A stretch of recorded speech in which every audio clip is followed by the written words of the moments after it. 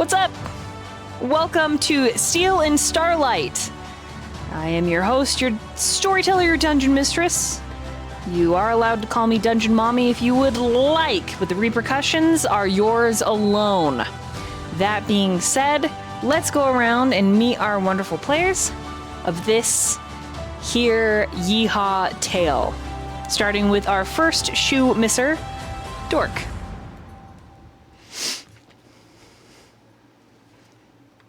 My online handle is ℙ𝕒𝕒𝕚𝕒𝕙𝕚, and I am playing Blondie, the one who missed his boot, and his boot came back only to hit him in the head and to fall into the void. I wonder what I'm going to be doing this session. Well, pass it on over to Ash. Hello, I am known as Watch, Rinse, Repeat, often called Rinse. I will be playing Ash, the psychic. It's very exciting what will be happening. We don't know what's going to be happening, but Ash is psychic and she knows, so she's told me to be very excited. Let's go on over to wait, Blondie passed it to me. Let's go over to wow, brain fart. Rasputin. Hello. My name's Nick. I'm playing Rasputin, a human wizard, most powerful wizard, on a quest for revenge against the great hero Maximus. You know, but I am part of the hero team, so wrap your head around that. And yeah, just gonna cast spells and throw rocks at things, and it'll be great. Let's effing go, as the gamers say. Popcorn Serenity. Hi, my name's Serenity, and things have been getting they've been getting a little crazy lately. But I've got a good head on my shoulders. That's what my dad always told me. I've got my magic and my swordplay to see me through. It's seen me through so far, and I've got my friends. I've got Vale and Ash and Blondie. Sorry, got lost thinking about Blondie for a second there. And of course, Raz. Dork. Yeah, things are going okay. We really helped out Sister Will. Just a couple hours ago now, I guess. We'll see what else we can do before all is said and done. Let's go ahead and pass it on to Sister Will, actually.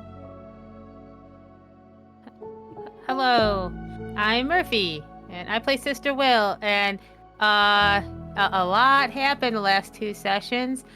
Turns out she had really repressed a little bit of tragedy in that she saw her dad die, and also her mom, but her mom is a dragon, which she didn't know, but also she had a sister who is an egg, and she didn't know. So, it's a lot of knowledge, but her companions helped her maybe reset time a little. Her dragon mom and her egg sister are safe. And I don't know if that's how it happened before, but that's how it happened now. And she also did not have any revelations about her connection to Maximus, besides the fact that he kind of raised her after her dad died, and it's just a regular relationship too. So a lot to think about, some things you don't need to think about. And I'll pass it to Vale. Hello.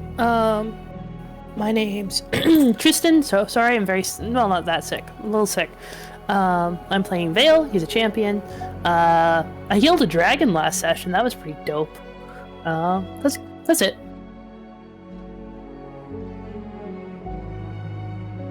Do we popcorn it to the DM with the introductions?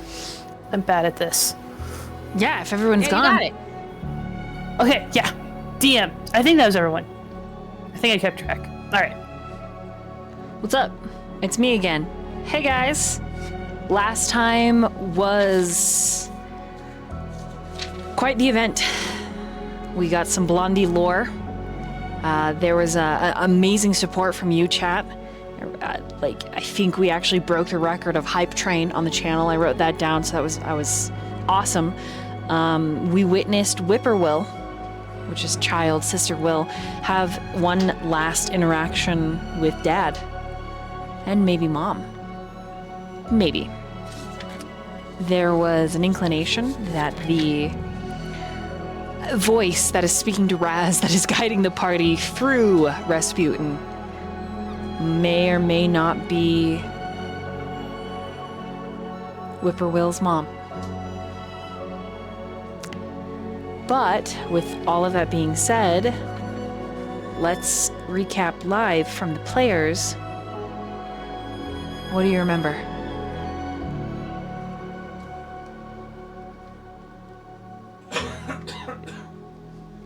Gonna open up our thread where we just have some notes. Because we worked as a team to put all the notes here. It's really awesome. And I helped. I like to think I helped. Yeah. You helped. I would like to. I would just like for the audience to be aware that when Nick says he helped, what he means is he wrote down that he killed 3 kobolds with rocks. That was his contribution. It's not a lie though. The Succinct rocks summary. Yeah. Yeah. Okay, I'm gonna read a little and then folks can take over if that sounds good. Because it started with Rasputin, I killed 3 bad guys with rocks. That's the exact quote. And then, so it was still in Sister Will's memory when she was about 10. And they saw a dragon, which ended up being Sister Will's mom, which she had not remembered. And she was being swarmed by kobolds. And Sister Will's dad was fighting these creatures trying to take away an egg, which actually ended up being Sister Will's sister.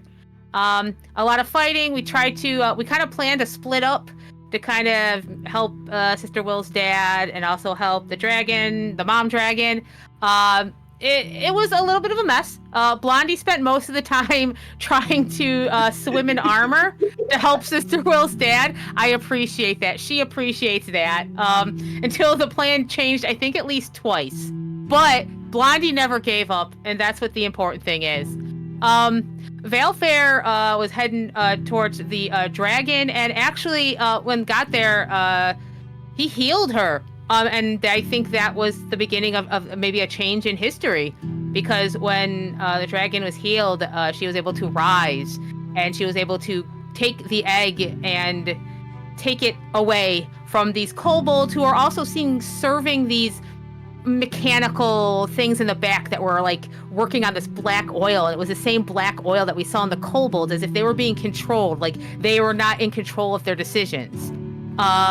We could not get to Will's dad in time, but Ash, with her psychic ability, was able to give him a last message from Sister Will, which was very comforting. Sister Will was able to let go a little, reminding herself that she's a cleric of Pharasma, and death is but a step onto another path, and that she heard her mother's voice tell her that she has to let this go, because this is a thing that happens, but perhaps in the next life she'll meet her dad. And that was enough for Sister Will to kind of let go, and she actually became adult Sister Will in a moment. And they were all kind of like kicked out of the door, but Sister Will ended up with a shard of the Starlight that had been in her father's chest. And then as her father died, his friend Maximus, who was there, was given this shard, this bit of star to himself, and tasked with watching over Sister Will. And he did. And that might have grown into something else, but I'm sure that will be something delved into, if there's anything at all. There's nothing involved. They're just professionals who respect each other. Oh, we saw Serenity. No one saw Serenity absolutely become this terrifying force, threatening a kobold that she was going to tear him apart and then maybe eat him. So that's something, but we don't know that. And we got some Blondie lore that he was the son of this rich merchant couple, but his father is not his father, but a dalliance that his mother had. And it involves some perhaps Fae shenanigans because he was dead, but now he's alive, and now he was like raised by a wizard who knows about time. But also his mom has a sister who sounds like a problem. But I'm sure we'll find out about that too. And I think that's everything. What did I forget? Wait a second. We need to double check on that Blondie law right there. It was a lot. And I believe Blondie does not know this. Oh no. I mean, yeah, so it'll be fun when he finds out. It'll be great.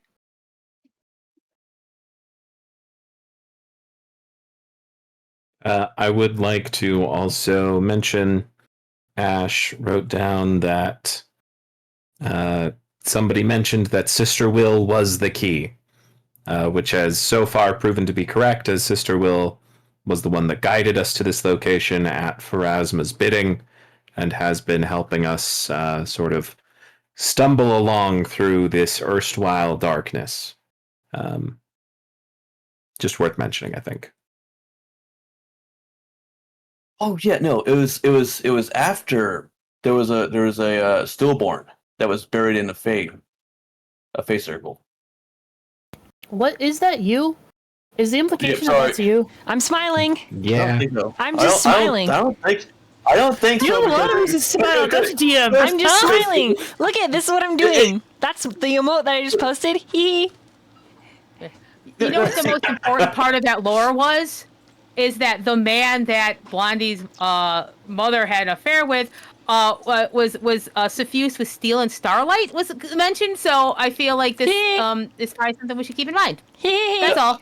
Look, it's exactly that. I heard that. I saw that. I would just say, once you see Blondie's dad, you'll see like, oh, that's his dad. Fae never obscure someone's visage. They never fuck with people's features. It's fine. No, everything's great. Would that be you? Everything's great. Oh my gosh, would that be? Gosh, could the Fae change what your face looks like? That's crazy. Anyways, you guys ready for tonight's session? I mean, yeah. Dork's like, I'm so safe. I wrote it in my backstory. Your backstory is much smooth putty. That's okay. I just told that on Tristan too. I was like, Tristan. You fucking idea. What the fuck? I've just been messaged. Oh my god. You're losing my shit, man. The fuck. My backstory is the perfect round bun. That's not true. I see you. That's not true. All right. So we're gonna start tonight in front of a door. Nick, could you please describe what your door looks like? Because we ended right there, right? Right in front of your door? Yeah. Mm-hmm. I would say the door is like a nice scarlet red door with maybe some like burnt marks on it. And probably a gold handle.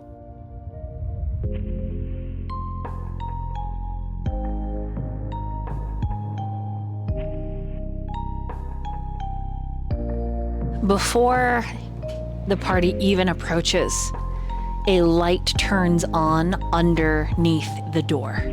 And the light is suffused in a way that you know it is in a hearth. And this hearth is not banked, it is roaring. There is also a chill emanating from it, even before you touch the handle. Who is going to go through it first? It's important. If you remember. Steal. Mm-hmm.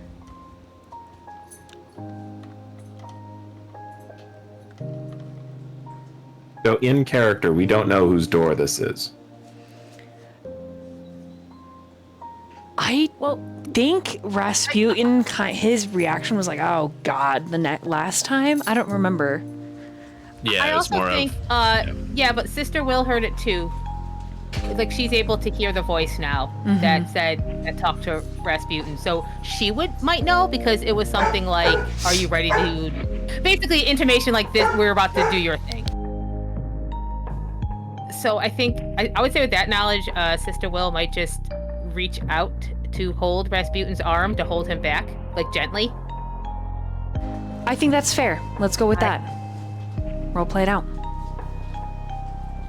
Yeah, so she reaches out and says, "This one is yours, isn't it, Rasputin?"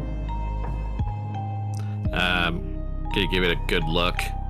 Just be like, "Yep, I recognize those marks. That's my door, all right. Sorry to disappoint you all, but nothing exciting through that door, so let's just go through it nice and easy, quick. Who knows, maybe we can get 2 doors in one sitting. Ha! Yeah, so if we learned anything from last time, I probably should go last." Okay, but I think there'll be a few of us who may want to linger on a bit longer. Blondie looks at Vale, side-eyeing him. Go side-eyed back. What? Serenity, absolutely covered head to toe in blood and injuries, raises a hand and says, "I'm probably like over 2/3 dead right now. So, if we could take a break, that'd be great." Oh shit! Yeah, look at you. Yeah, how about we all just... It was intense, man. How about we take a little powwow?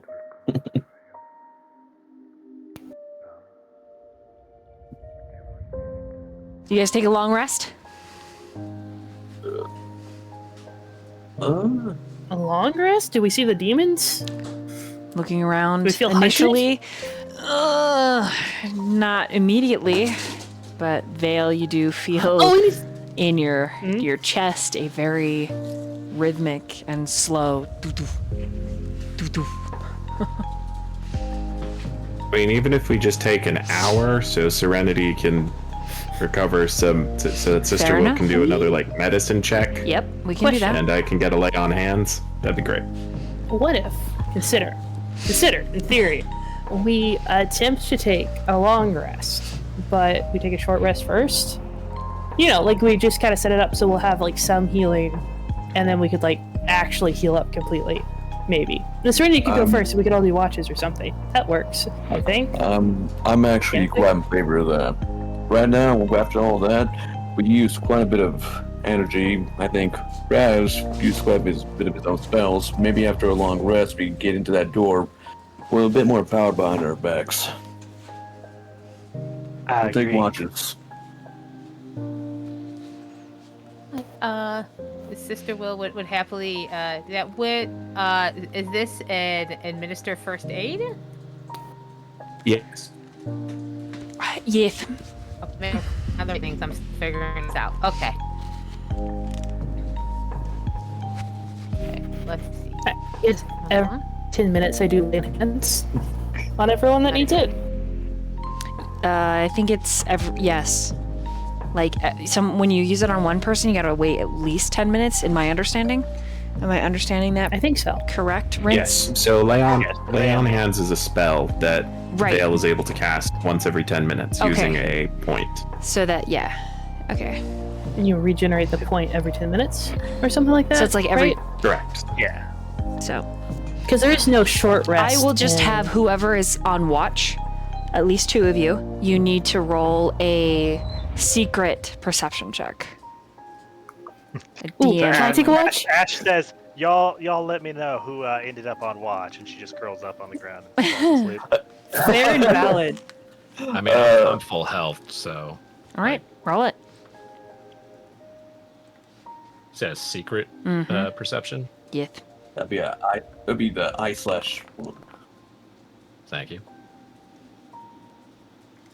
Serenity will take the other watch. Oh boy, here we go. Aren't you dying? It's fine. Not after I get some healing. Once I get some first aid, I get like a D6 plus modifiers back, and whatever lay on hands is. I'll be fine. Are we doing that first? Nope, you're healing I should hope first, so. and then you're percepting while healing. Yep. Okay, because I think, if I understand correctly, it is a medicine roll? Mm-hmm. Yeah, actually, you can go to the check under compendium packs. Go to your macros. Where go on to the act- character sheet is that? Compendium? Oh, the yeah, actual under compendium. Yeah, go to compendium. Go to macros. Go to action macros. I have way Search too up- many on my compendiums. Oh, let's see. Macros, okay. Action Where's it macros. For administer first maybe- aid. Actually, yeah. Oh, or you can go to PF2E macros and go to treat wounds. Click and hold that and put it on your bar you see below with all those numbers right there. On your bar. Put it on her bar. You know, Okay. her actions. Okay. like her hot bar, like on the bottom of your screen where you see like 1, 2, 3, 4, 5, 6. So I just drag it down to Ah. there. Yo, Yeah. I'm actually doing it. Okay. Okay, I see Yeah. what Oh my you god, did. I got a macro. Nice, okay. Okay. Yeah. And I just click that. And then scroll down to treat wounds because you have administer first aid, stabilize medicine, administer first aid, stop bleeding medicine. You've got all those that you can add there too. I'm gonna. Let me see here. Yeah. I'm gonna, okay. I have treat poison, Alright. treat disease as the DM. I don't got shit otherwise. Treat syphilis. Treat syphilis. That's a very high roll. Oh. So is that Apply 14, healing, right? 14 healing to Serenity? Woo! If I'm understanding this correctly. Oh, and Yes, if you yes, have yes, it, it if is. you had a token here, I could apply it. I can't right now, so you just add that. But that's a possibility, which is very nice. Oh, It'll do. That Let's was a great roll. let's put everybody. I'll put everybody down. Here you go. You guys can just kind of be existing here in this. Because that's pretty nebulous cool that I space. can literally select. I can like give you the healing. Okay, I'm gonna try it. Okay. I Do think it. you're selected. Okay, let me see if I've selected you. Okay. Wait. I have to select a target. Okay, I'm sorry. Okay. Okay.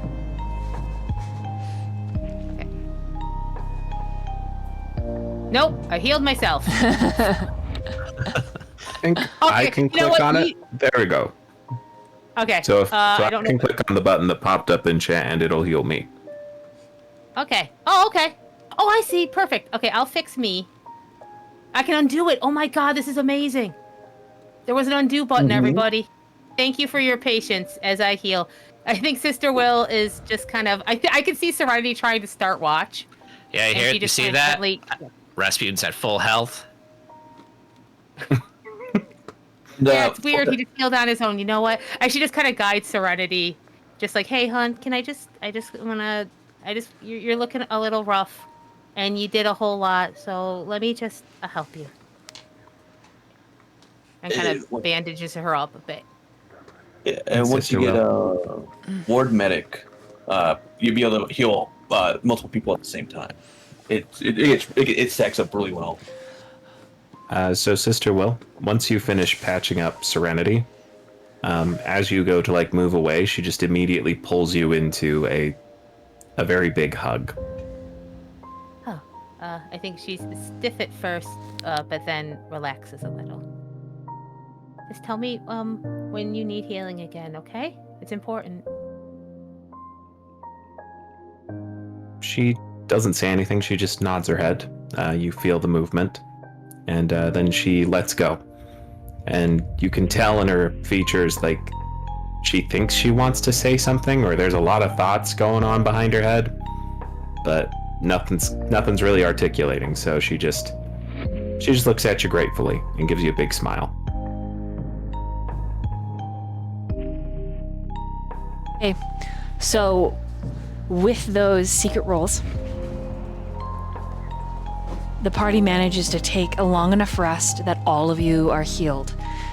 Ash gets a pretty decent nap, so to speak, and Rations are passed out, water is shared. Some of you may even share a little bit of wine.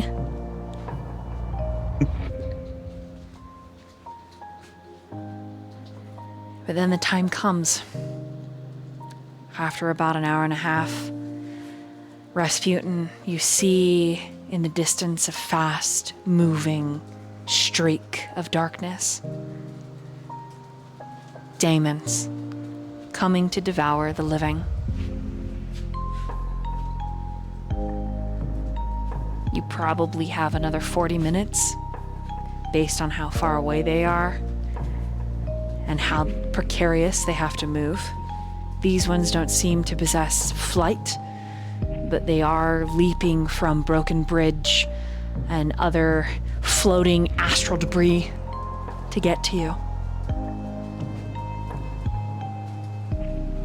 Serenity at some point has dozed off. Okay? Yeah. I look at Serenity and I'm just like, we probably should. Damn it. Alright. And then, like, I proceed to just, like, give everyone a heads up that, you know, we should, start packing up and get ready, to move.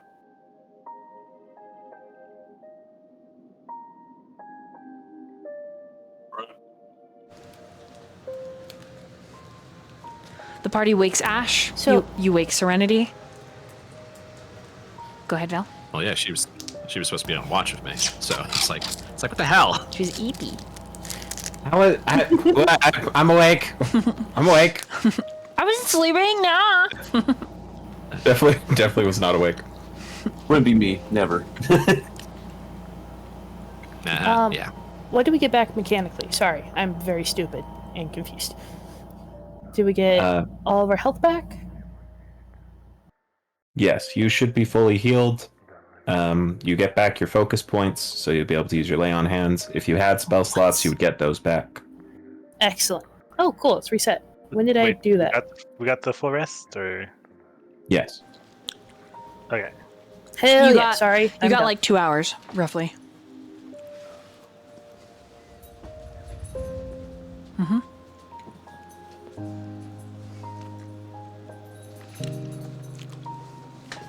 About 2 hours. Was that enough to restore our spells? No. I think okay, you need hold it. I think, correct me if I'm wrong, Rince or Dork. I think you need at least 6 hours. Yeah, 6 to 8 hours. So at some point we do need to have some actual sleep. Yeah. If you want to run it that way, because we are in a state of like living and not living, so it's at this point it's kind of like what you want. If you want to say this, You are goes going to down need as to long take rest. a nice long nap, and you're praying that maybe in Rasputin's door you can. All right. Think about that, everyone. Let's get going. We're gonna be staying in Raz's door a bit longer than anticipated. I mean, we don't have to stay that long. Like, get in, get out. We need a rest, Raz. We're running ragged right now. First off, Insight it's check. Rasputin.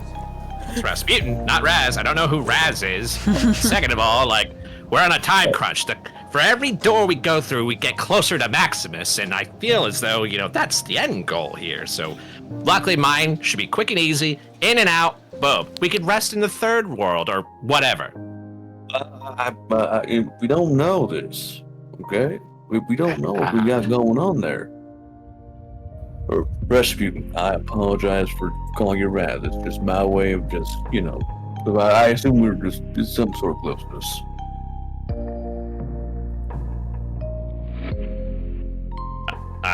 Rasputin's just keeping quiet and just kind of like not looking at anyone and kind of just like looking back at the door. If it makes you feel any better, we ain't gonna be poking around too much. We're gonna be respectful of your privacy.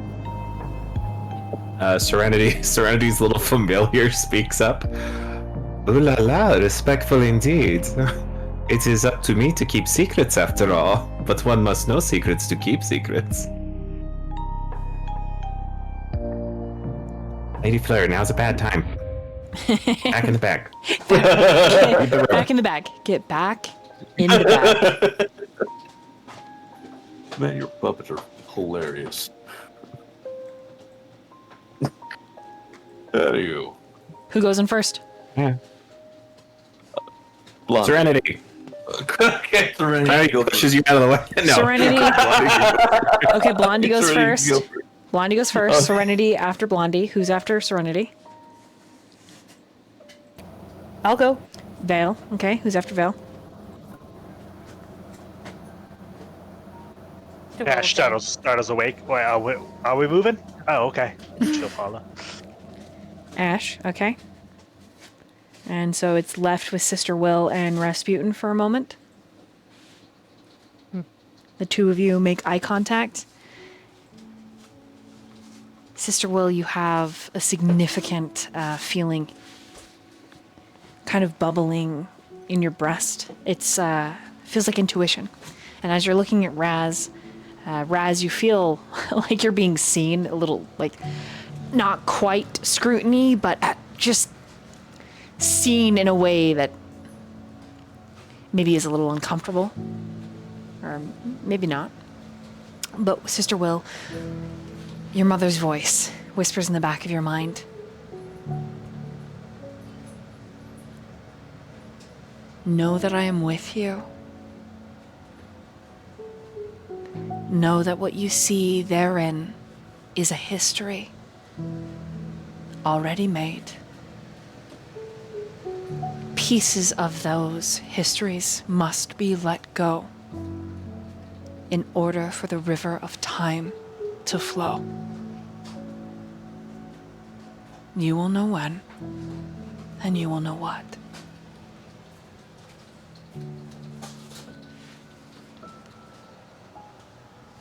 Just Sister Will heard that, correct? Correct. But it's as you're looking at Rasputin. I think the Sister Will, looking at Rasputin in a very gentle manner, says, "We cannot change the history we are about to see. Perhaps not in the way you'd want to. And I want you to know that this is what must be. I don't think you'll like it, but I think you can do it. You must do it." I already know my history. Let's just get this over with. He gives almost like not a smile, not a knowing smile, but a acceptance of what he said. And we'll turn and walk before Rasputin into the door. Okay. As you approach the door, Raz, you're the last one in. You smell your mother's cooking. You can hear her humming in that melodious way. And your heart kind of clenches. Just a little.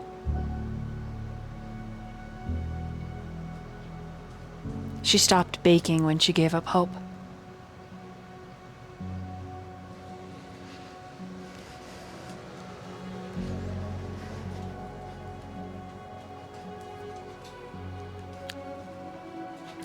You step through? Yeah, I do. I would pause for a sec because I recognize the smell. And I just get it together. What's done is done. And I just go through. All of you are falling. That same trepidatious feeling. Magic and wonder twisting your body into a temporal space in a different time.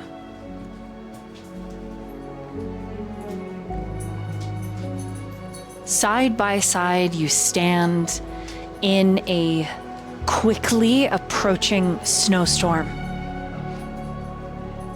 There is a single figure moving in the snow.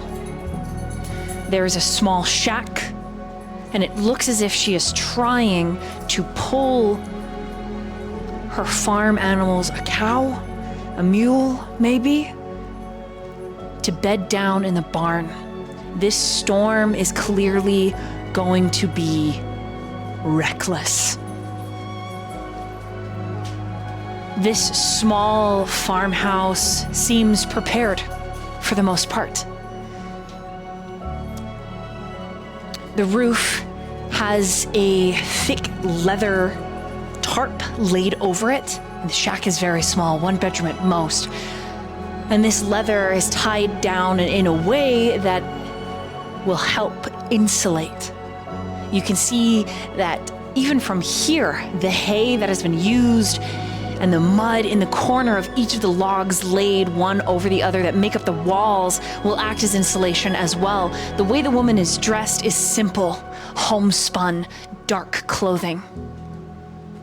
And you hear her shouting at this stubborn cow to get inside. All while the gray forest wilderness around her looms with the electric pressure of a blizzard. The temperature around you is frigid. And when any of you move forward to help the woman, you find you're unable to get very far. In fact, when one of you steps forward, the angle that you are watching this woman shifts, as if you are a fly on the wall.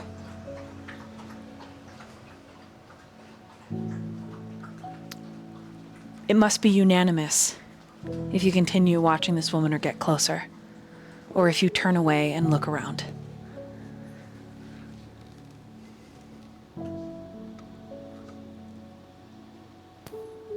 What does Raz want to do? Rasputin would just have his arms crossed and just watch, but kind of just a stern face. Would you want to move closer? Probably just to get like a better look, but not like interfere with anything. Just want to watch it play out. Okay. So you move closer. This woman, just a girl. 18 at most. You notice that her belly is very rounded. In fact, the way that she's wearing her shawl, she's got a second that's wrapped around the tummy to help lift it. She's heavy in her pregnancy, and she's swearing, "You thrice damned bitch of a sow. Get into the barn, or my name is not Shathid." And she swats the cow on the backside, and the cow gives her the mad eye with a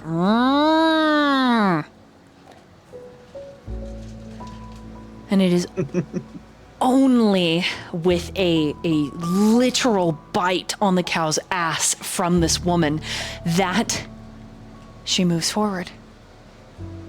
The milking cow, finally irritated that the woman would actually bite its flank, moves forward, and Miss Shathid spits on the ground and says, "Yeah, you'll thank me later." And then she closes the barn. You watch her meticulously care for the animals inside. The barn itself is just as insulated as the tiny shack. At one point, as she's closing the barn, everything taken care of, she pauses, breathing heavily, putting her hand on the seam of the door and exhaling, gently stretching her spine. The wind has kicked up. She is beautiful. Her eyes a glowing violet, so pale they could be lavender. And when she turns, the wind captures her hair, pulling it back almost like a lover. And you see that tattooed in her ear, if the tattoo is magical, are constellations. Like piercings, but they are not piercings. They are inherent in her skin. The tips of her humanoid ears are red. Her nose, red. This woman is built generously, but stern. You can see it in the tilt of her jaw, the cut of her jib. And she swears and rubs her round belly and says, "You better wait. You better wait." And she makes it inside. It's odd because the woman leaves the door open. And looking at your party, for a moment, each of you are afraid that she can actually see you. And she says, "Well, come on in, angels. I'm gonna need all the eyes I can get." And when she turns away and makes no recognition, you realize she doesn't see you. This is simply a ritual, perhaps from her family. She moves over to a burning hearth. A large cauldron sits atop it, and inside she's twisting laundry.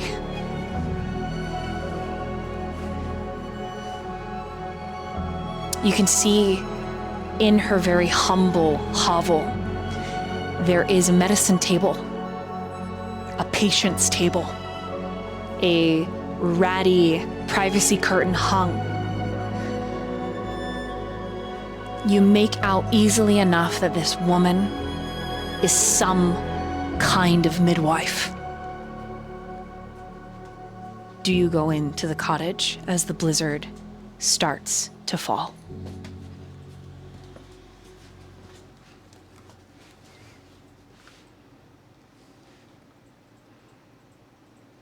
Blondie I would go in at that point. Okay. Well, follow. Okay. Serenity is following Rasputin like a shadow. Okay.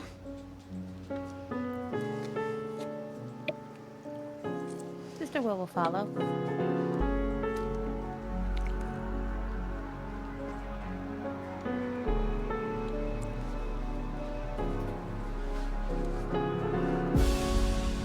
Vale?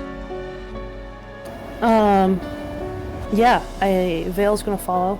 I think he might hesitate for a second. He looks sad, but he'll go in.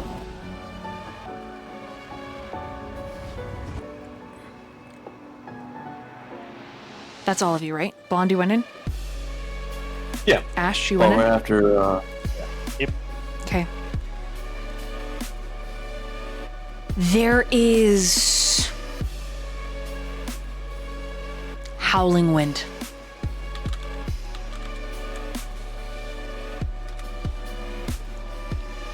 Frigid winter.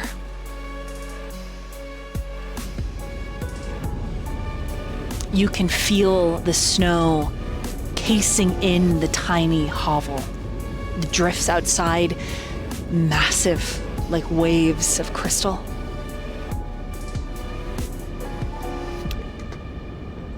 It is here that you all find your long rest.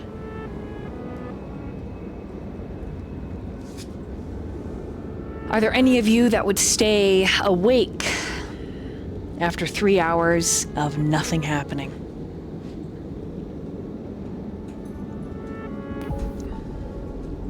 I think Yeah, taking depends. watches might still be a good idea.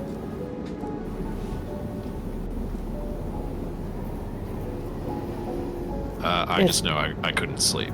Like, I may not be on watch, but I'm definitely awake. Okay.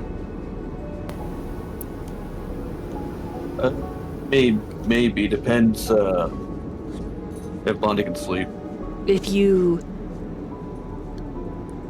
do sleep, I need you to make a Constitution saving throw.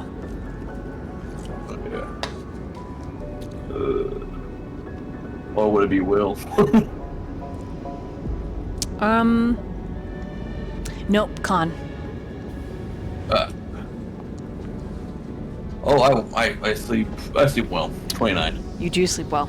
Okay, any, everyone else that's sleeping? Constitution saving throw? Rasputin?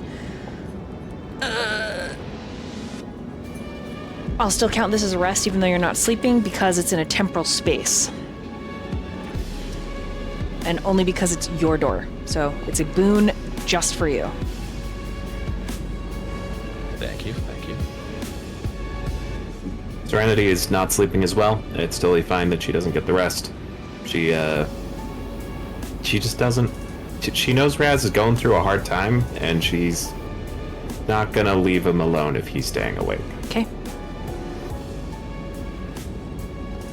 Sister will try to sleep. I just forgot where to click on Constitution. It's Fortitude. Fortitude, sorry. Oh, okay. Yeah. 1 second. Ash will also be trying to sleep with a 17. Okay, perfect. Are we rolling to stay asleep or stay awake? Sorry. Both. But right now, having people roll to stay. No, not necessarily stay asleep, but I want to see how rested they are when the next event happens that awakens them. Oh, gotcha. Sorry. Yeah. If it matters, my cloak lets me sleep comfortably anywhere. Hell yeah. Except for wet. Okay. Unless it's wet. Okay, that's beautiful. Okay. All right. Oh yeah, 27. Okay. Now, to stay awake, I need you to roll a will saving throw. So Raz and Serenity, go ahead and roll those.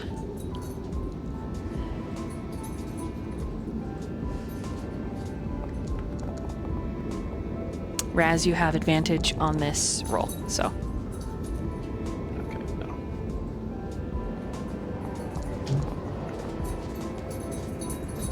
Okay. 21. The both of you are going to stay awake. The storm carries on for 24 hours. And some of you are surprised that you rest that long. But there is a tired in your bones that you can't dismiss.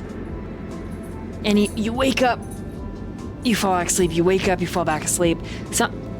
Some of you wake up hours after resting because the woman lets out a cry. But nothing happens. 4 hours in at watching her, other than her grunting in pain and letting out this quick, sharp sound that awakens you. Nothing else. Eventually she settles.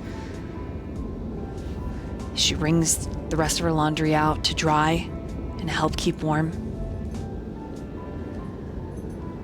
More hours pass, you doze. She dozes. She wakes up again.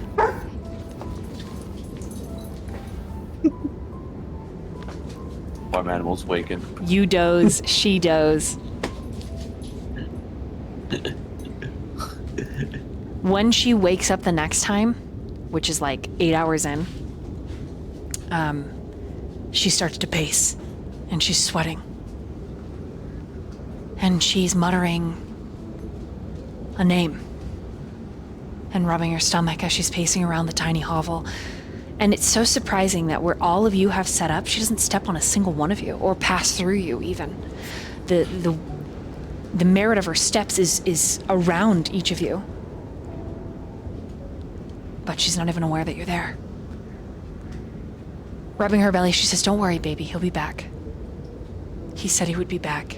He'll be back. Just stay. Not yet. It's not safe." And then she calls out a name. "Where are you?" If you attempt to listen to the name that she's calling, you need to roll a secret perception. I would like to do. Because she is just whispering very quietly to herself, head bent low.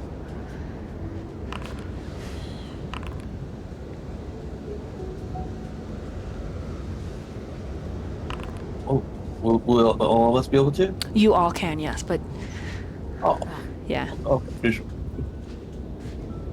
Oh wait. No.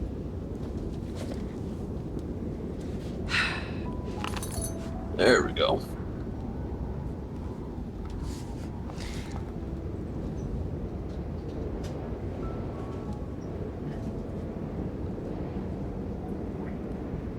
Okay. I need everyone except for Rasputin and Valefair to deafen, please.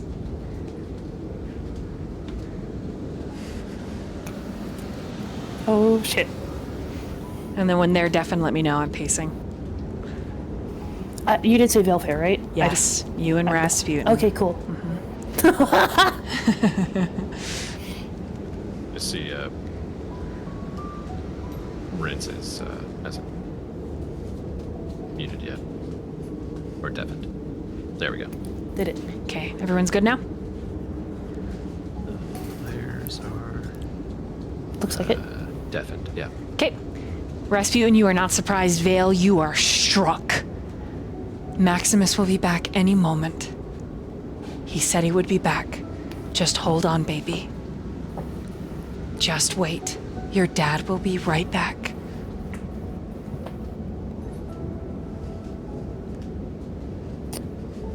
I'm looking over to Raz.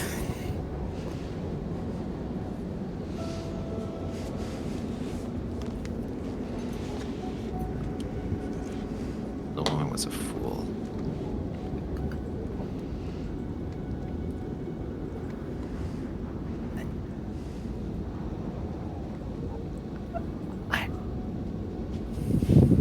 Are you okay?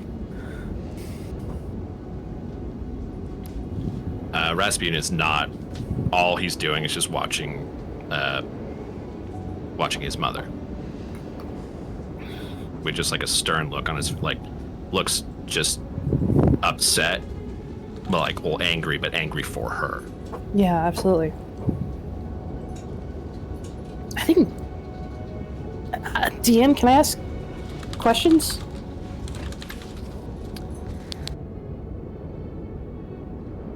Am I muted? Am I hello? Yes. You can Yes, hello. ask like a question before I let everybody back in. Cool. Sorry, this isn't important. Just, I knew Maximus, especially with the kid stuff. Have I ever heard him talk about anything like this? No. Sort of? I don't know. Oh, Vale's pissed. Dog. He's fucking furious. Anyway.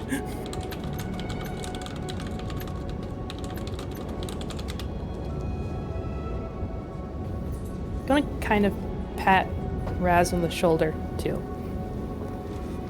Okay. Go ahead and let them know they can undeafen.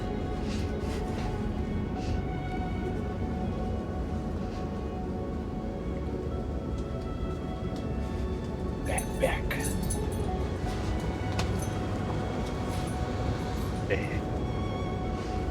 Okay.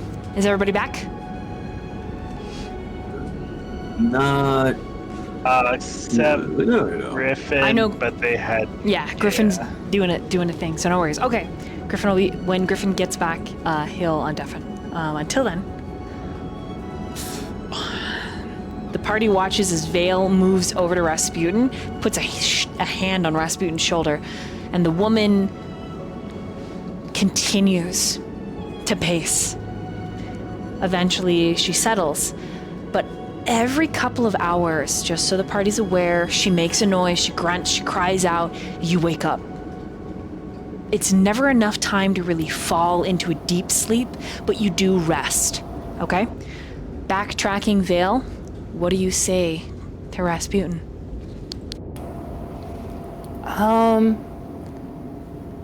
I don't know the guy that well.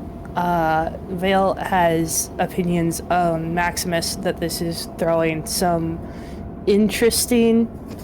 is bringing us some interesting feelings for that. But I think he's just going to kind of, like, try to, like, physically be there, kind of. He doesn't even know if Raz wants him to, like, be involved currently, but just kind of a squeeze on the shoulder of, like, that! I get it now. I'm sorry. So, while I wouldn't say anything, but in the past, like, if you were to try and, like, touch me or be nice to me or anything, you would know that I'd be like, you know, I'd quip back and just be like, stop touching me! Like, get away from me! But, just, I didn't do that. I don't say anything to you, but I'm not fighting you, if that makes sense. A moment of camaraderie, it feels like. Just, yeah, I'll just be next to Raz now. Sorry. Don't apologize, you're great. Okay. The party is going to spend the next 3 days with this woman. She hums to the baby. Her labor is 72 hours. And on the third day of this blizzard, when the majority of the howling is so muffled by the packed in snow that you can barely hear it, is when she screams. And there is little any of you can do to help.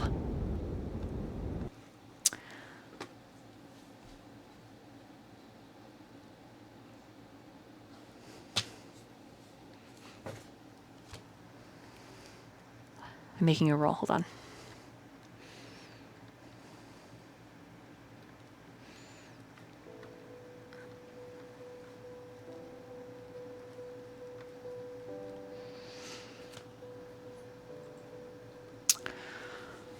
Okay.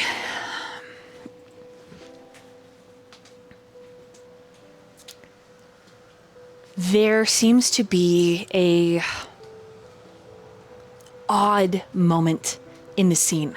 And when I say moment, it's a like spatial anomaly, right? There's a ripple in the scene, almost like a zipper or a tear. You're not sure, but you all have a feeling that if you open that tear, you step into the scene.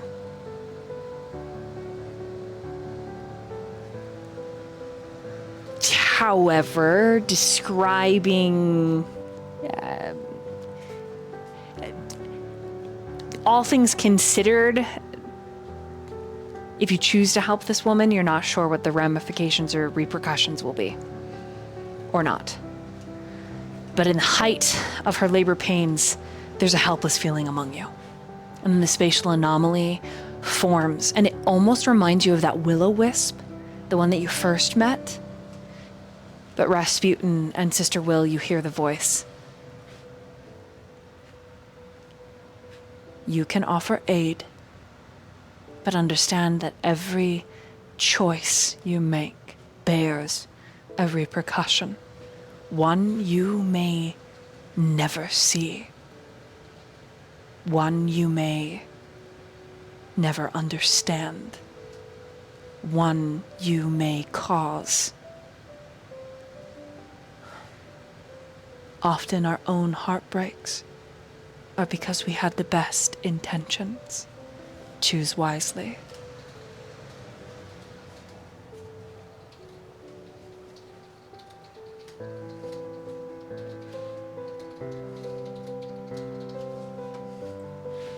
I think Sister Will turns to Rasputin again and says, I can offer comfort, but I do not think this is a thing that we can or should change. But we can be there.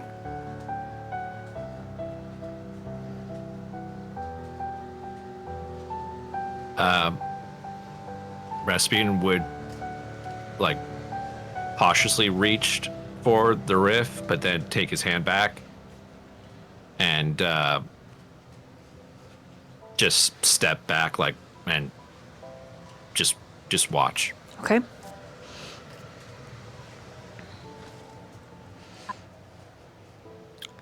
I think Sister Will directly ask Rasputin, would you like me to tend to her as she moves to the next part of the path?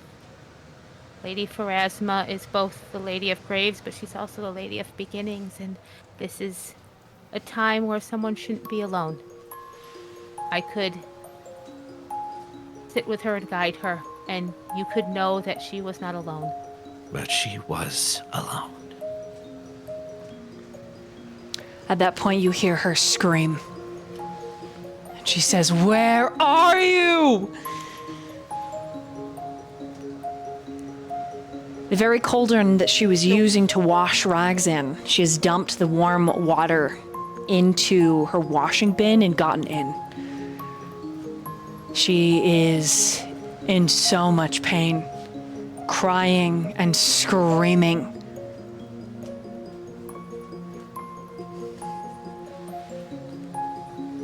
Sister Will would walk through the tear.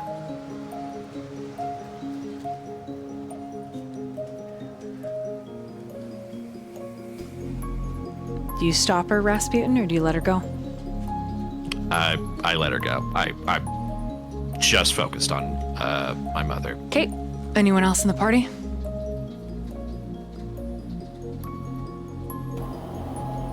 I don't think she needs to see a devil before she dies. I'm staying back. Blondie's gonna respect Raz's wishes. Rasputin. All right. Ash? Ash is contemplative, and she just looks to Rasputin and just say, I'll respect whatever you want, but I couldn't be any help, but I'll go, or I'll stay.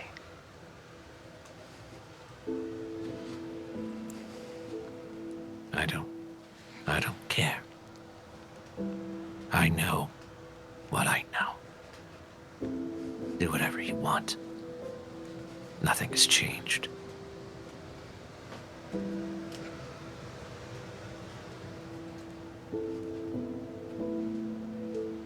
What do you do, Ash? Ash is gonna step through. Okay. Serenity.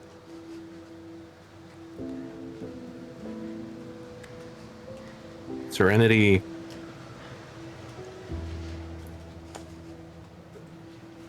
Sorry. Serenity looks at Rasputin for a long, hard moment. Her features are pretty stone-faced, much like his. But after a moment, she nods to herself. And then she rummages in her little sewing bag, and she pulls out a little doll that looks a lot like Rasputin, complete with floppy hat.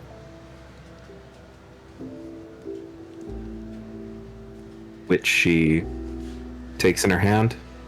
She steps up to Rasputin's mother, and she's going to try to discreetly just like brush it against her knuckles, so she like reflexively grabs it if she can, and then Serenity's gonna disappear. And actually, Serenity will even transform into a fox when she does this.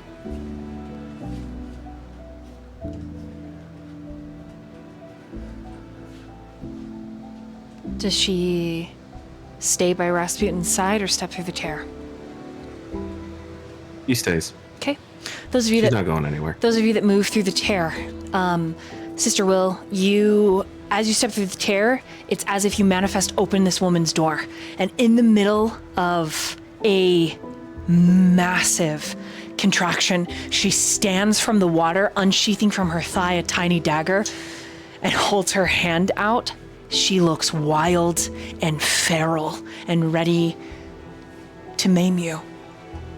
And then Ash is close behind you, moving through the spatial anomaly, but stepping through the built-up snow through this woman's door in an impossible way. Her eyes in an instant drop down to your chest. Is your symbol of ℙ𝕒𝕒𝕦 apparent?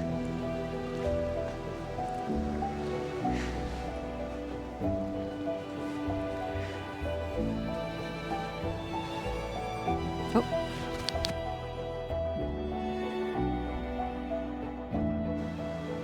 Hello? We Hello? hear you. Oh. Sister Will, is your symbol to ℙ𝕒𝕒𝕦 apparent? I didn't hear you. If you said something, I'm so sorry.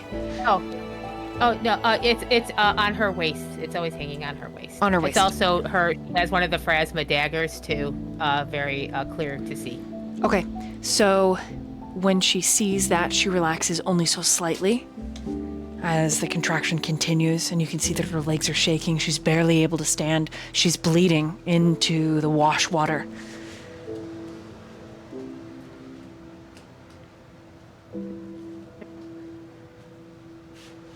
bushes and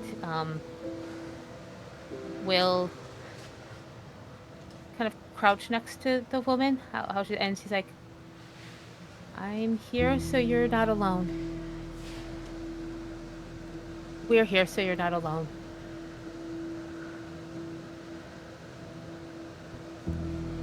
The expression she gives you is one you have seen Rasputin give.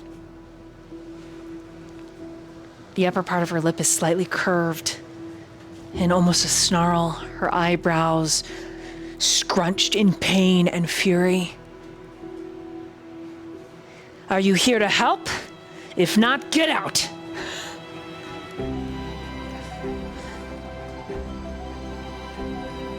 Ash is going to move to the fire and use her psychic energy to stoke it. And set about putting some more water on over the fire Okay. to warm it.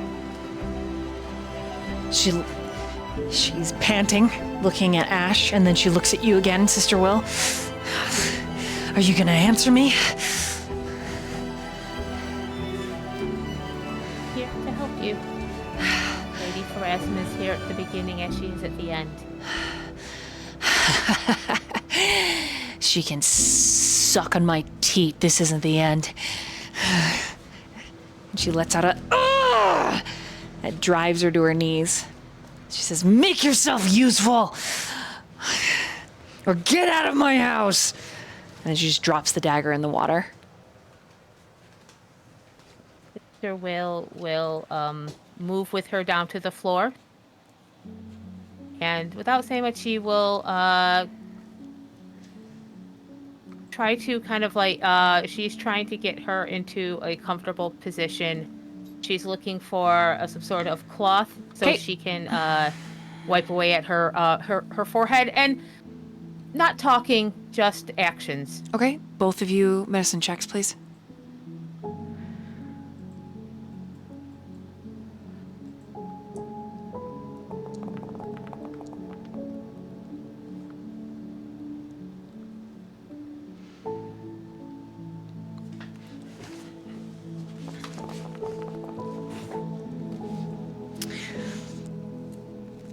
Ash is helpful heating up the water, getting the rags, any kind of grunt work. But the moment you have Ash in any capacity act as sort of a nursemaid, panic seems to take over. And Sister Will, you recognize that, being in your profession, and instead step up to the plate. And then the rest, all of you as a party, as a group, all of you watch as this woman gives birth to a healthy, chubby baby boy.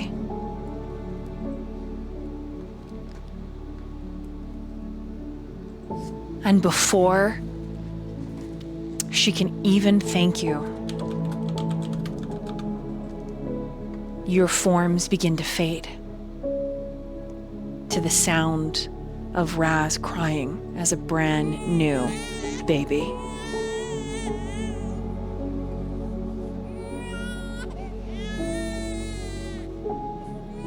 The last thing before the scene shifts, she kisses his dirty face, cleaning him up best she can because Sister Will and Ash have vanished.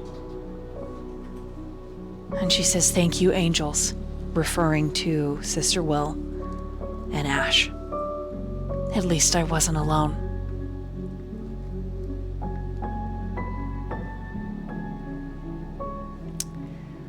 You watch in rapid succession, and Raz, you watch as his jaw tightens, year after year of this woman's life waiting at this homestead for a man who made a promise.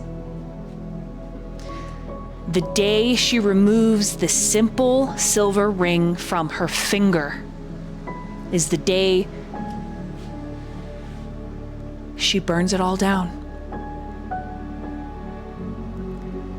Holding her 6-year-old son's hand with just the strength of her back, most of their items strapped on her shoulders or in the cart carried by her favorite milk cow.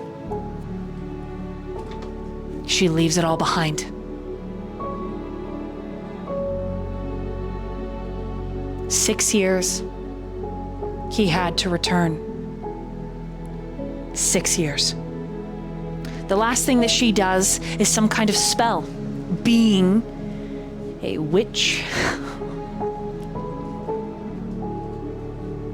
You watch as she puts her wide-rimmed, floppy violet and red hat on. And with pride and a broken heart, she leaves behind a message should he ever find it. Should he ever come back, hope upon hope.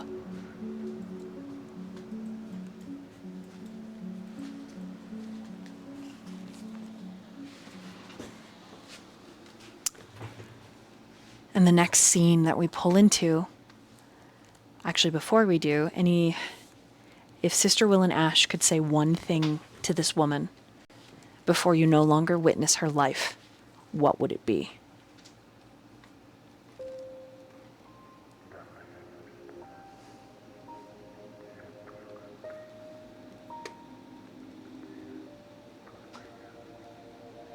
Hold on to the little one. He's the one that matters.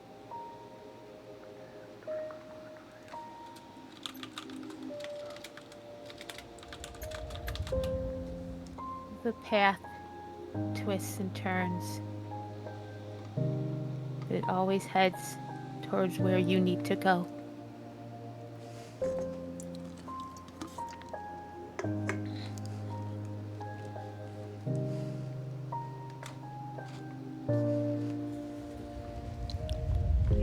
Okay. The next scene that you see, that you witness in rapid succession, is this woman training her son to cast spells and saying that one day you will be a hero. One day the world will look at you and they will know who you are. They will be as proud as you as I am, my greatest gift. She teaches him spells, but at some point her teachings are not enough.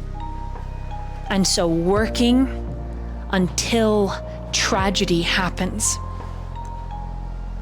Until this woman gets so sick that she's no longer able to work. She sends her boy to school. To an academy, even. To learn. To train.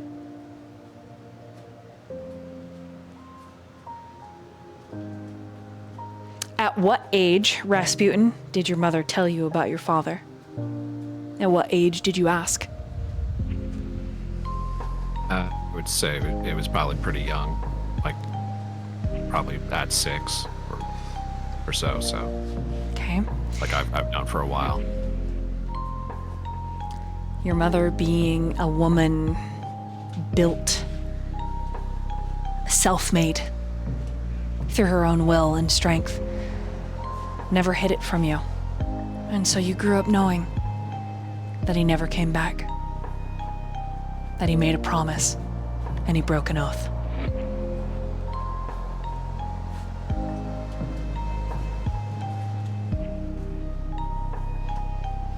And so you attend an academy. And it is not so much rapid succession memories as an archway you step through. And it opens up into this wide array of long desks, of chairs, and at the head of the classroom, a familiar face, proud and bold. Something about him, his energy, looking at him now. Sure, you see hopes and dreams, but there is a darkness there. As Maximus stands at the head of the class. And we're going to take a short BRB right here. Oh no! Get ready. I gotta change the scene so that there can be some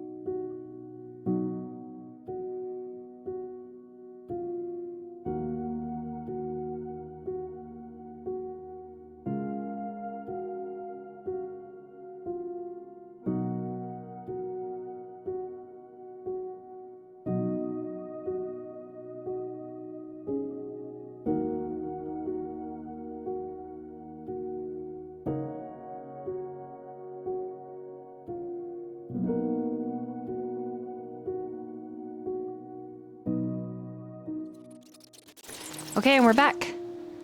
Before we move forward with changing the scene and everything, I want to know how everyone feels.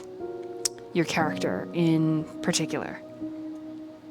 And I'm gonna start and then popcorn it after you go. And I'm gonna start with Ash, and then Ash, you'll popcorn it when you finish, then they'll popcorn it, and etc., until it gets back to me, okay? Ash feels a little bit opposite emotions. A little heartbroken for little Rasputin, but at the same time, a little jealous of a mom that cared so much, and getting to grow up with her.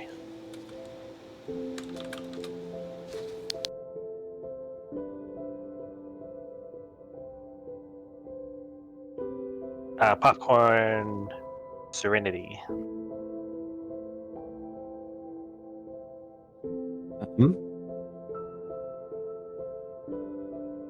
Serenity was always weird. But the one person who never really seemed to care and would still hang out with her was Raz. She doesn't have a lot of context, and she's a bit of a slow processor. But she knows that she learned something really important. She's not so much fixated on the sorrow of Rasputin, because Rasputin is very clearly, in Serenity's mind, he's doing really good. Despite the fact that he lives in dumpsters and has dedicated his life to to trying to thwart one of her, with the person she considers an uncle, she still has a profound respect for Rasputin. And so she's not really interested in feeling pity or even sorrow about what happened. It just happened.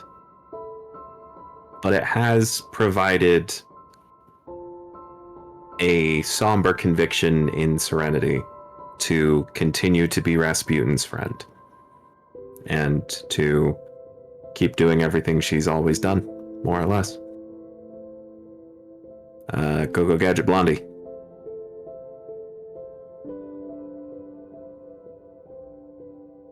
Blondie will, yeah, stop that Rasputin, give a little shoulder bump, and so we both had great mothers.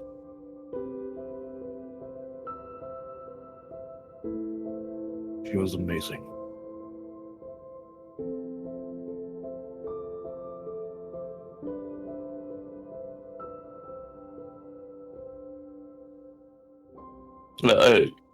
Go Gadget. Tristan. I hate you. I hate you so much.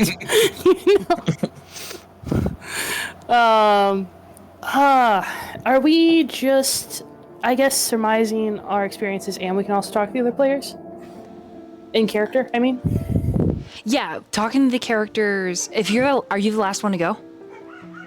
No. Okay. Do you want me to be? Yes, because you have something you want to say to Ash. So let's have Vale go last. So I think it's Sister Will and then Vale. Oh, wait. I want to hear what Rasputin has to say. Hey, I don't want to hear what you have to say, other co-host. Does that make sense? Lord. Yes. Okay, so Sister Will, and then popcorn it to Rasputin, and then Vale can go last. And then if each of you want to say something to a party member, you can. If you don't want to, you don't have to. We'll dive right into this next scene. Okay? And go. Action. Sister Will is... she's been around death and birth and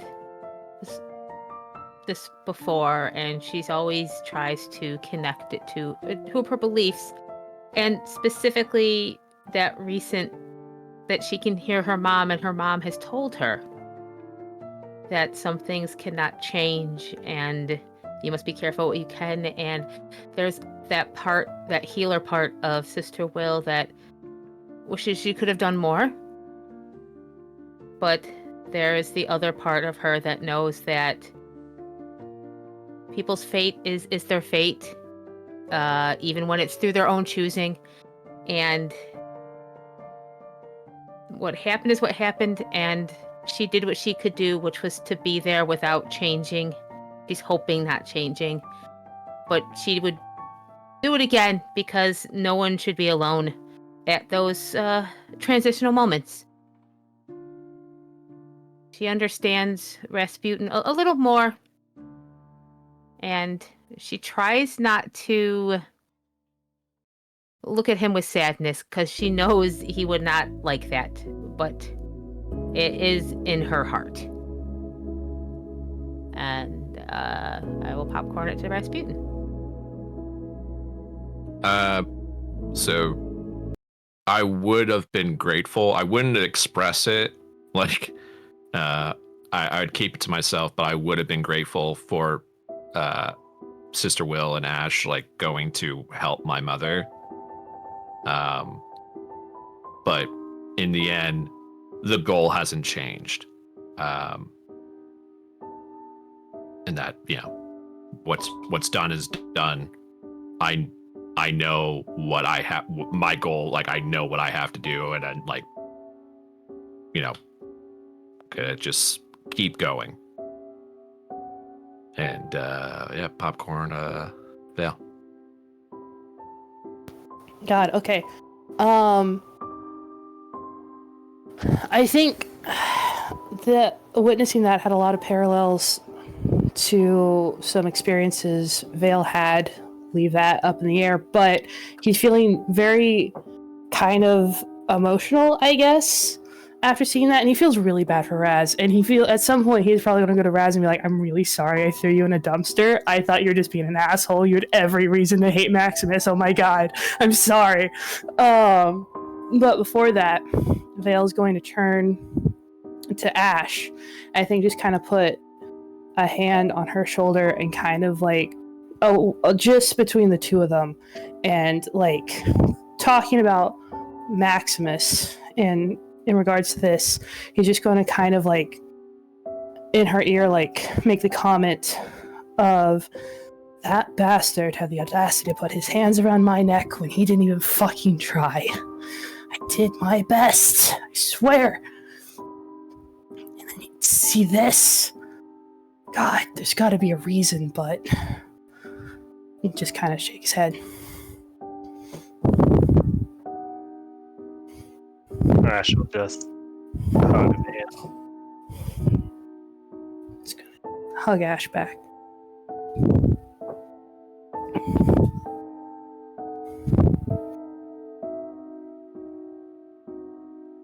That's my thing, I'm sorry. Nope, you're great. You are so great. Okay, are you guys, you ready for this flash to Rasputin's past? Yeah. Okay. Rasputin, you shift into your younger form. Some nigh, 15 or so years ago? Barely a man, but man enough. You've made it to the academy. This is your first day of this particular class. You found out that he was occasionally a teacher here, on and off, regardless. The morning of this class, you received an urgent missive.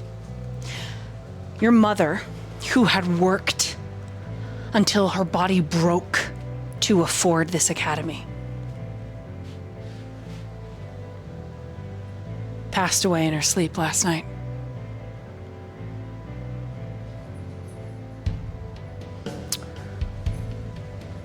And you remember what it was like receiving that missive. And you remember what it was like stepping into this classroom.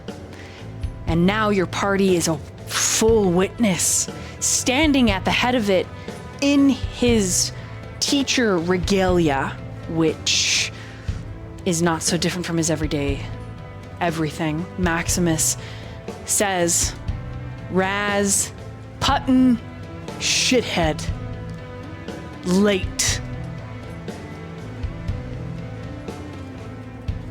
How does Rasputin respond to that?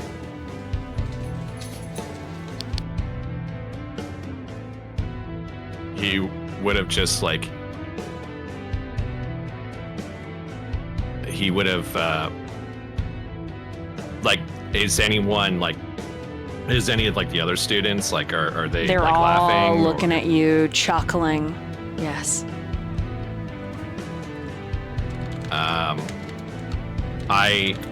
I stand up, and if I could have cast a fireball, I would. But I just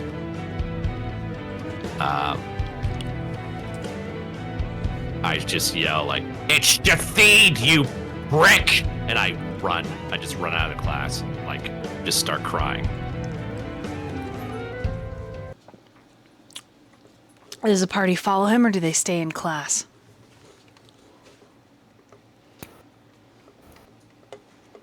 Blondie follows. Okay.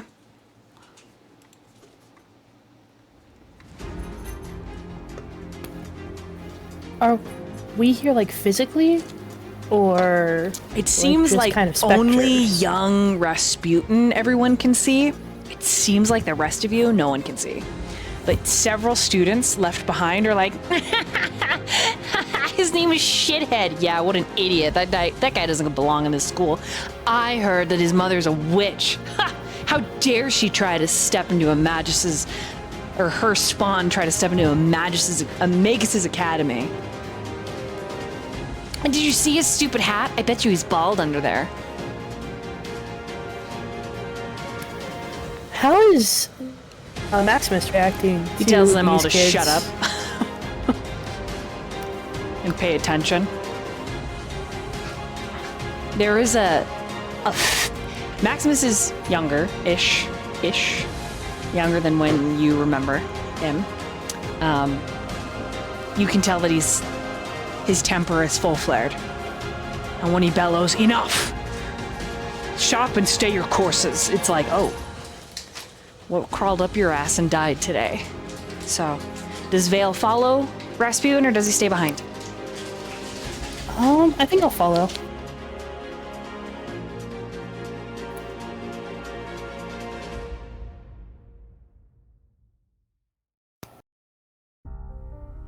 Trinity's gonna wait, and if nobody else stays, she will. Ash is gonna stay. Cool. Yeah, she's gone from being consoling. She looks a little mad. Serenity then is going to at least try to walk up to one of the kids that was being mean to Raz and like cup the back of his head and slam it into the table on her way out. I don't think she can because it's astral, but You do that's notice her that goal. when your hand passes through his face and you hit his stuff goes flying. And he's like, "Ah! It's a ghost! It's back!" And Maximus, Serenity kicks his chair over. he's like, "Ah!" And like runs out of the classroom as well. Maximus is like, "Enough! The school is not haunted. Cease your incessant talking and pay attention to your courses. Do not waste my time with the time of your fellow students." Yeah, like you can tell that he's kind of had it to here with these young adults.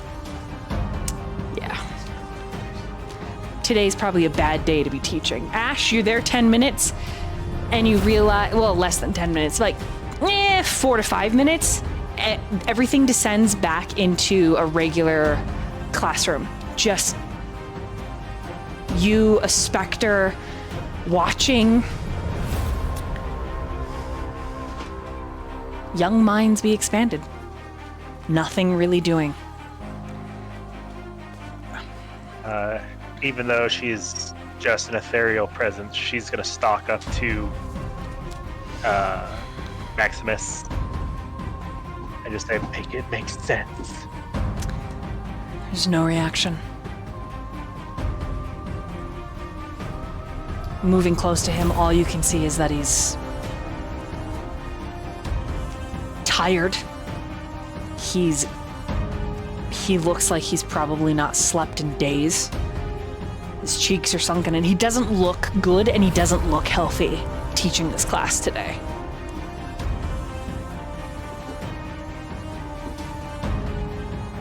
Okay. Meanwhile, Rasputin, you run, and you remember running and running and running until you got to an empty classroom. A classroom that nobody used, often that you would practice in or find yourself taking lunches in away from all of the other students. Only this time, as you step up to those doors, there is a glowing light, and it's rapidly moving. When you push the door open, you see this creature standing in the classroom. Maybe, if it'll actually load. Aha! And in its fist, it catches this glowing little starlight. And you are here, Rasputin. Okay. And There I am. It turns and hisses. What do you do? I've had a very rough day that I didn't want to go through again. And I need to hurt something. And I would cast, I would try and, like, with telekinetic projectile, I'm going to try and throw a chair at it. Okay. Roll to hit.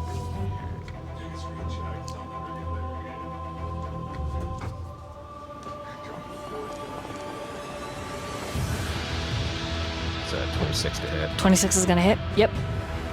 That is... Oh, it's not quite a critical, but okay. Yeah, it's fine.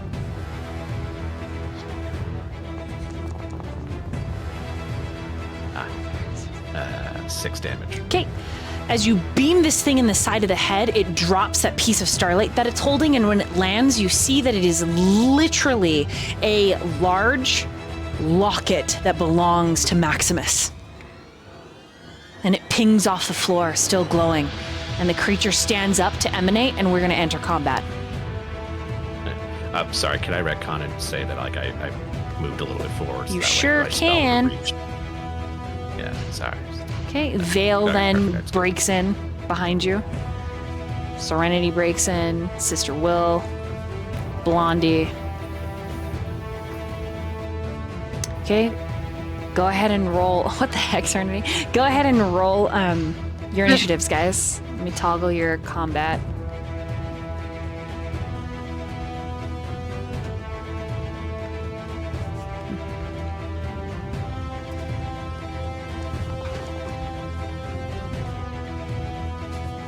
Alright, for all the shit I gave you, Tristan, I apologize. That's really easy to do on a trackpad. Uh-huh, you don't fucking say. Alright.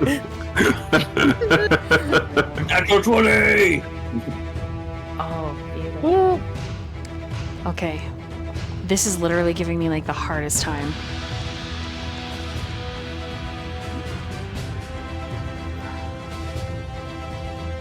Okay.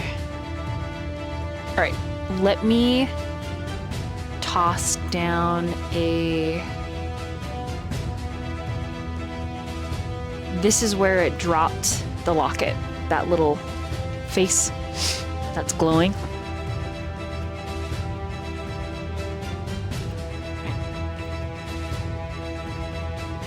Dork. It's your move. Y'all move? Okay,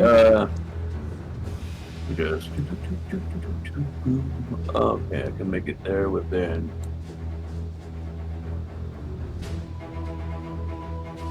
Oh. You know what?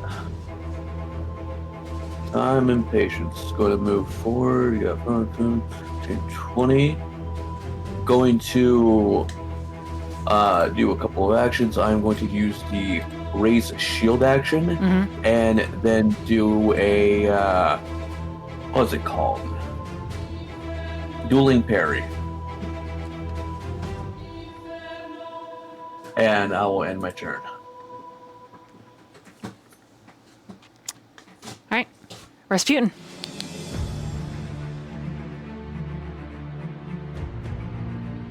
Let's see here. Am I?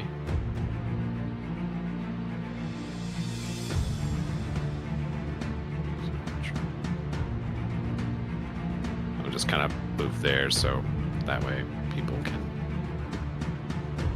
Actually, I'll need to.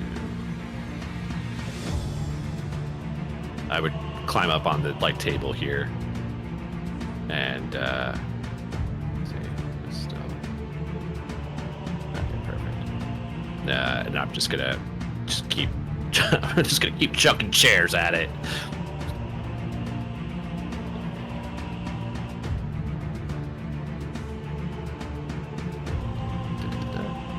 Bip. Okay, roll to hit. 23 to hit. Hits.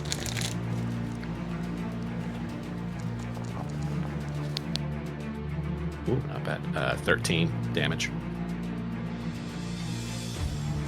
Damn. Okay. It's still up. That'll be it.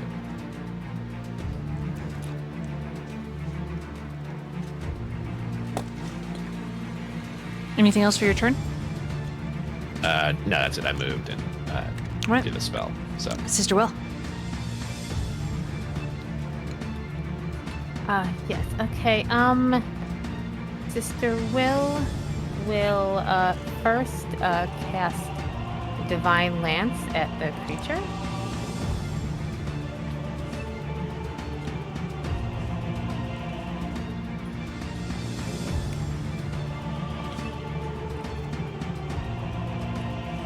That's 19 to hit. Hits.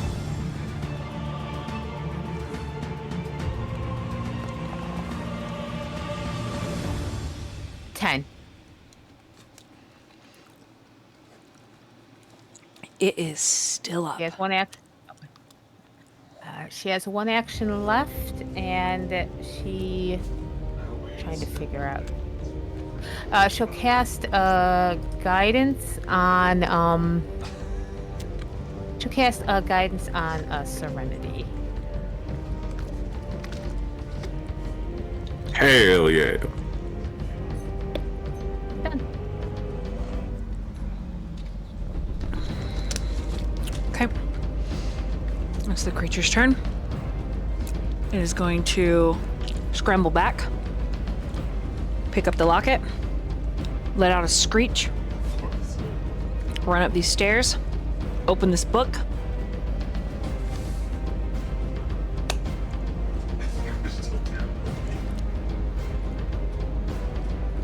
The book begins to glow. And it's holding its unnaturally long hands out,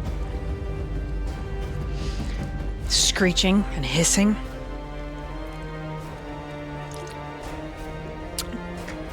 Vale, it's your turn.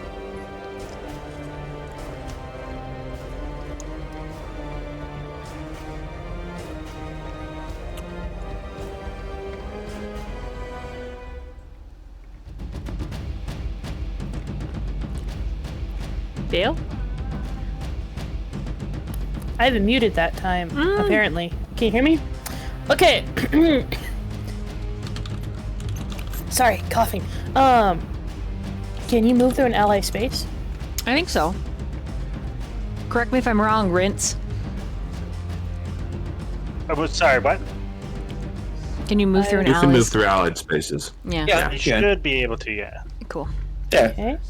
Unless they don't watch you, I guess. I don't know. Unless they like Action. Serenity just like cold cocks you. Like, no. Huh. Blondie sticks out his foot. You trip on his other shoe that he's taken off, so he stops hobbling. 15. Yeah, I can. I'm pretty sure I can. I got 35 feet of movement with 2 action points. I think I can get up behind him. Oh god. I'm doing this wrong. Oh god. I'm so smart. This is fine. Anyway, I use 2 action points to move up to the bastard. Okay. Then I'd like to use my last remaining action point to try to hit him with my sword. Hit him with your sword. Try to hit him with your sword. Your sword. Get on Hydra's back. Let's see. Up on the Hydra's back. I'm so dumb. I'm so sorry. Hold on. I'm doing first attack, so I get the +9, I think. Oh no. 18 to hit? Oh, that's better than I thought it was. Nice. Yeah, that hits. Hell yeah. Roll damage, please. I'm begging you. A whole whopping 5 points. Wonderful. At least hopefully it'll hit me and not do its foul ritual. Oh god, I'm spinning. Alright, that is my turn.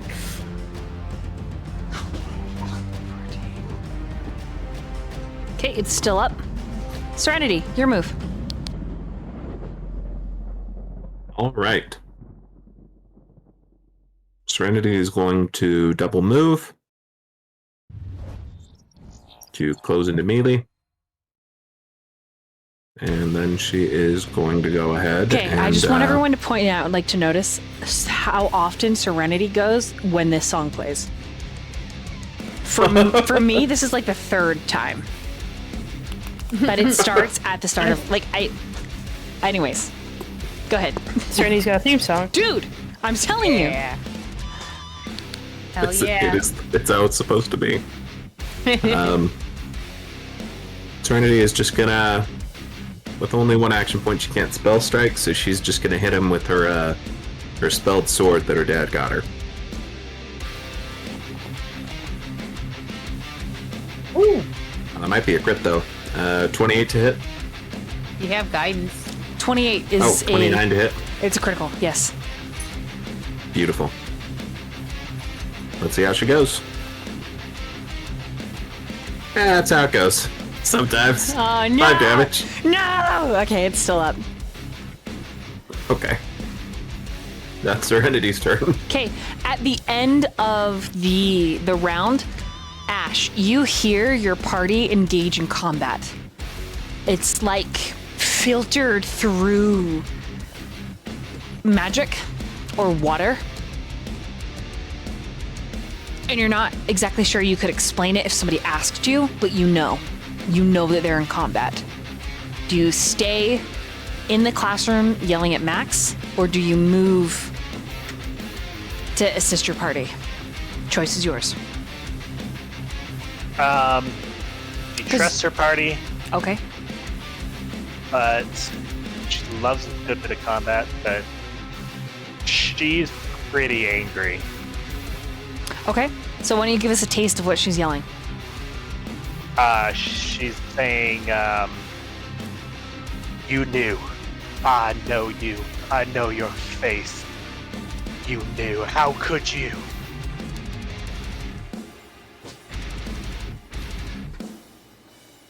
Hell yeah. Okay.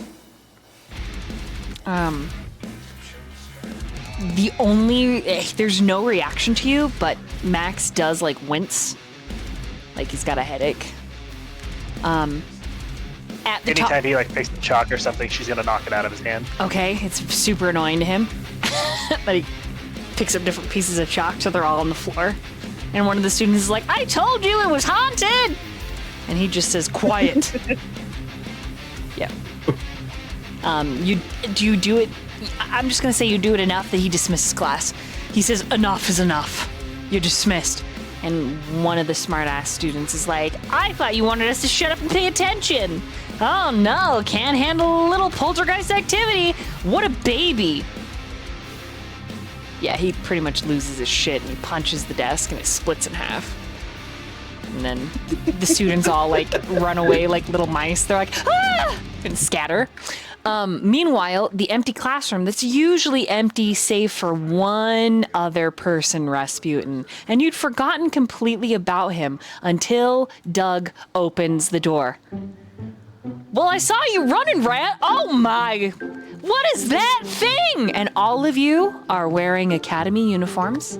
You all look like college students. Your weapons have been transmogrified into backpacks, books, rulers, etc. They still do the same damage, but I'd like you to envision with me what Douglas is seeing right now. Now, Douglas is a solid 4'9", seemingly maybe goblinoid.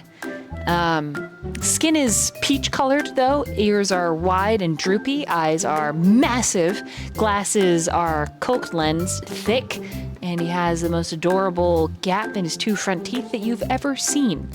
He also has a shirt underneath his uniform that has a depiction of Rasputin's face, who is his best friend, according to him.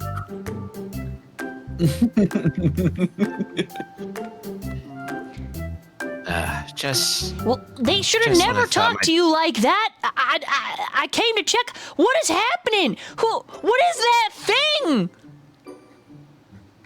Doug, I'm very busy right now, and I think it'd be best for both of us if you were just turn around and walk away. Did you summon something again, Rasputin? We're gonna get expelled if you did. No, I didn't. No, I didn't. Look, for your own safety, just leave. I'm taking care of this. I can't leave you. You're my best friend. Oh God. No, you're not. I'm his best friend. No, you're Oh my not. God, I've never kill even me. seen you before. You're just some girl. You shut your whore mouth. Is there a quill or something I could stab my temple? Exploiting the distraction from Doug, the creature smashes its hand down onto the pages and it throws the locket forward, and the locket smashes into Doug's chest.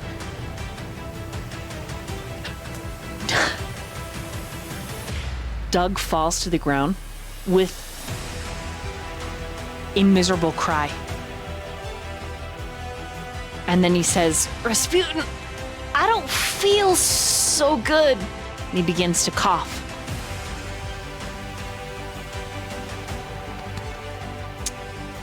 All right. Blondie, it's your move. All right, I'm going to. Oh, start with Doug. Doug is this one. Ah. Shoot. Can I reach there? I wasn't watching your measuring tool. Oh no, it's 20 right here, but I wonder if I can reach and hit the guy. Oh, that's like 5-10 feet up ish. Oh, okay, yeah, no, then I'll have to. Wait, am I still?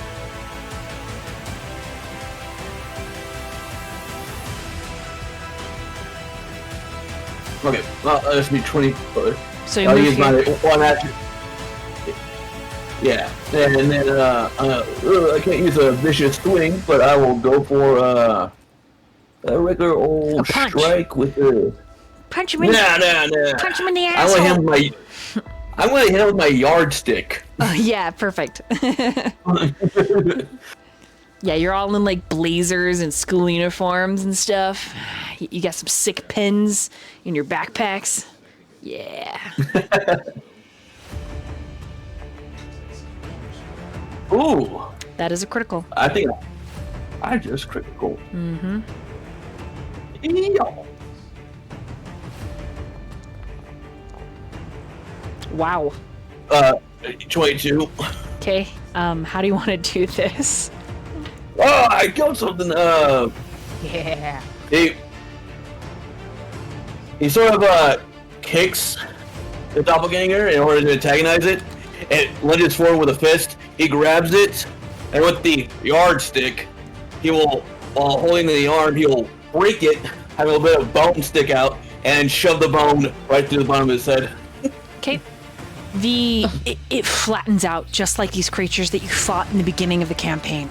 It begins to dribble and leak starlight. At that same moment, I need Serenity to make a secret will or wisdom. Yeah, will roll. Will saving throw. Okay. Oh, that's why I didn't change to 25. Oh.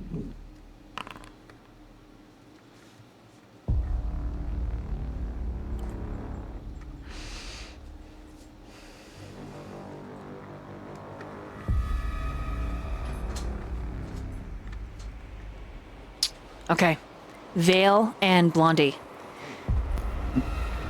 The Serenity, her eyes fixate on the creature as it's turning into a puddle of oil and ash. And she says something in a language that neither of you are clear, you don't catch. And when she looks up at you, her eyes are slitted, they're bloodshot. And Serenity, there's a cacophony of voices that says, "We remember you. We miss you. Come home."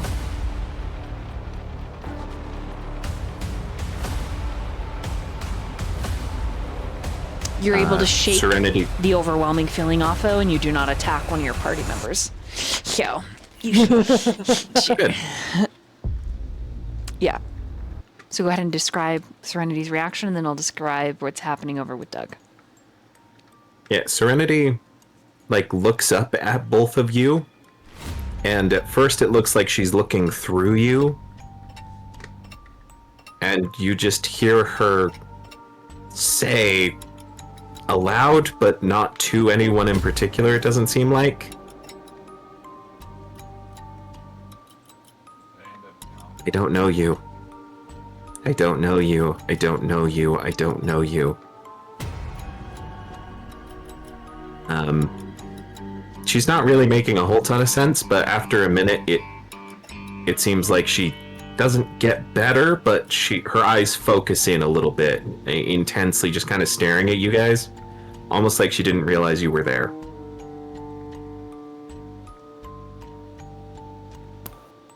But subconsciously, she has reached down and placed a full palm in the icky black oil blood, and she is licking it off of her hand. Oh. I'm giving Blondie the side eye of oh, murder child.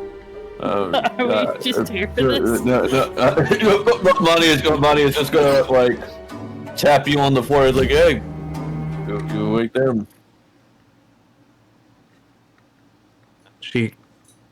She looks at you very clearly, and this is when you realize she's not really looking at you. She says, "I'm fine, Dad. It's okay. It's nothing. It's just more of the voices. It's fine." Oh, she's fucked up for real, for real.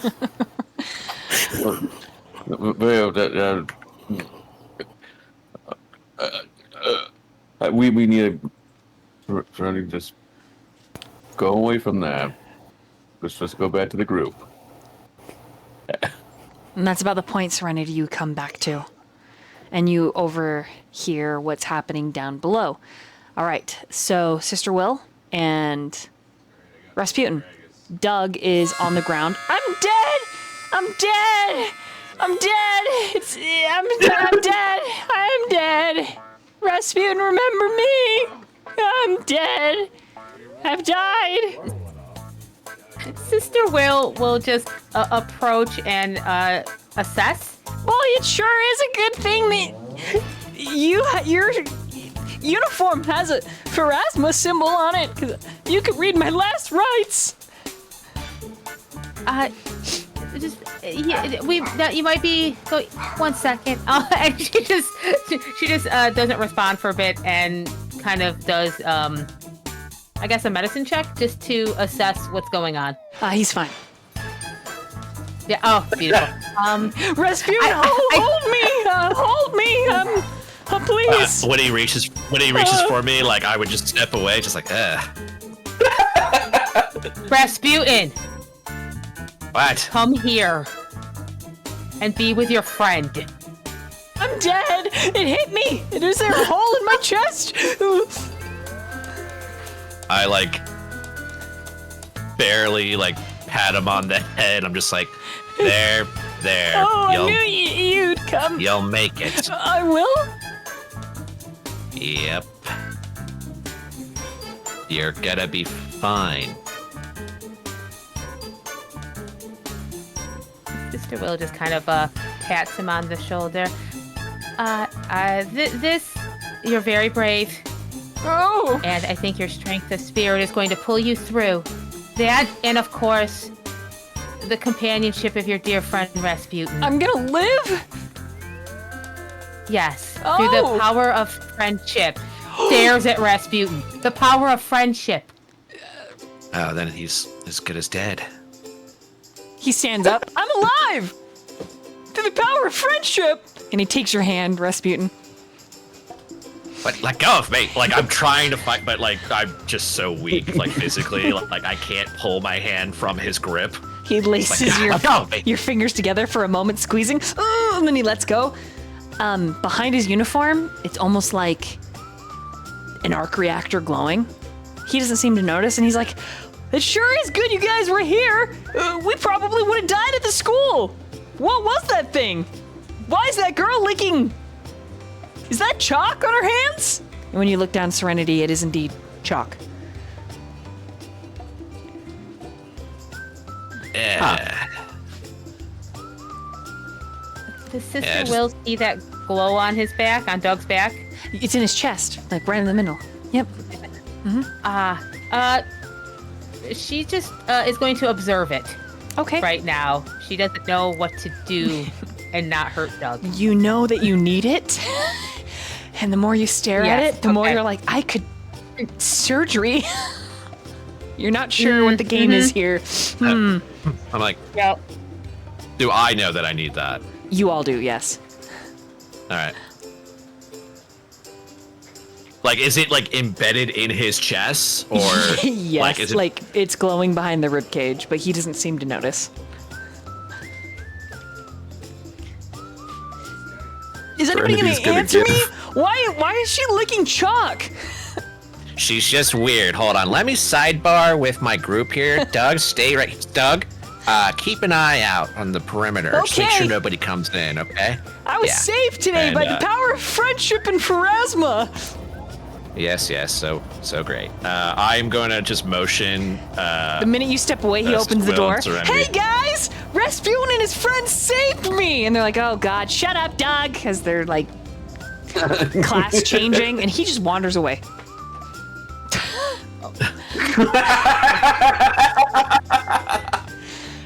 Like literally, the minute you step away to sidebar, he opens the door and he leaves, and you hear Ash yelling. So, you don't even really have a chance to start your fucking sidebar because Doug and his goblinoid Doug ways. Real quick, I have no emotional connection to Doug. We'll do what we have to do. Let's go. Hold him down. Serenity hands you a knife. It's just a letter opener like that. That she just grabbed off of a nearby table. Just hold him down. It's a butter knife. Okay, damn. Well, in this setting, it would have to be a letter opener. That probably makes the most sense. Yep, it's literally like school things. Yeah. Yeah, it's a tape feel dispenser like- with the little teeth. Yeah. And Vale's gonna like raise his hand at the group and it's like, I feel like there are steps before we do that. Just throwing that out there. We got Serenity's like holding up a finger. We gotta chase him down, No, tackle him, Serenity, take you him to a sweet secondary moonchild. location. No. I mean, we could probably just not kill him. Ash, Do what we is need to your take care of the party? body if we're in the past? What is your party here? Because they're talking, but you scream loud enough that they hear you. After every night, I held your hand as you cried over your daughter's death. Your son was right there. Why? And she's gonna pick up a piece of chalk and she's just gonna carve into the desk. Why? At that point, he leaves the classroom. Packs up his things, and he exits the academy, even. And you follow him out, shouting at him. And the crowd is rambunctious. There's this guy who's like, Rasputin saved me, guys! He's the best friend I've ever had! Excuse me, I got ghosts to hunt! And he's coming your way. And you pass him.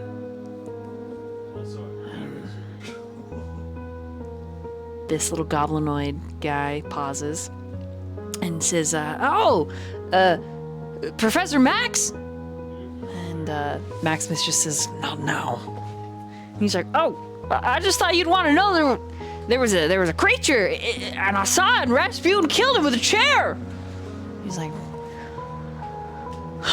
good. Is everyone safe? Yeah, I'm safe. I'm the only one that was in danger, I think. And he just pats Doug's head. That's good, Doug. And then Max is gonna leave after that. Ash, do you follow before I cut back to your party? Yeah, she wants answers. She's gonna get them. Okay. She's gonna find a way. Hell yeah!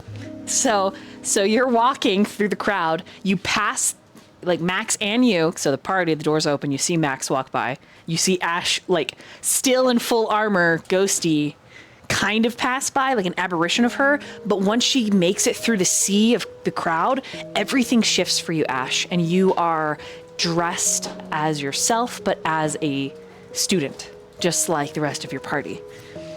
Now, the rest of the party, your party member seems to be leaving. I don't know what you guys want to do.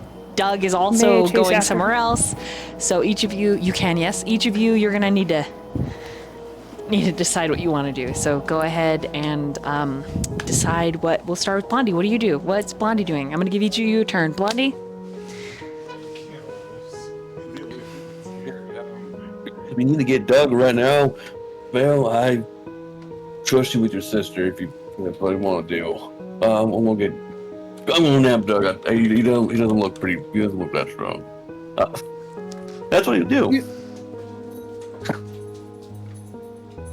He's gonna go get Doug?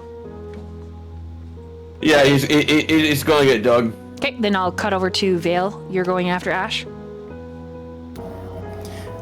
Yeah, I think I just I saw that when, oh shit, the expression on Ash's face. Blondie says that, pat him on the shoulder, I'm scrambling to follow. Okay. Oh, she's mad. She's right. really mad. She's really mad, yes. Okay, Rasputin. Oh man, I could think of like either or. Right? You want me to come back to you? Yeah. Okay, I'll come back to you. Serenity.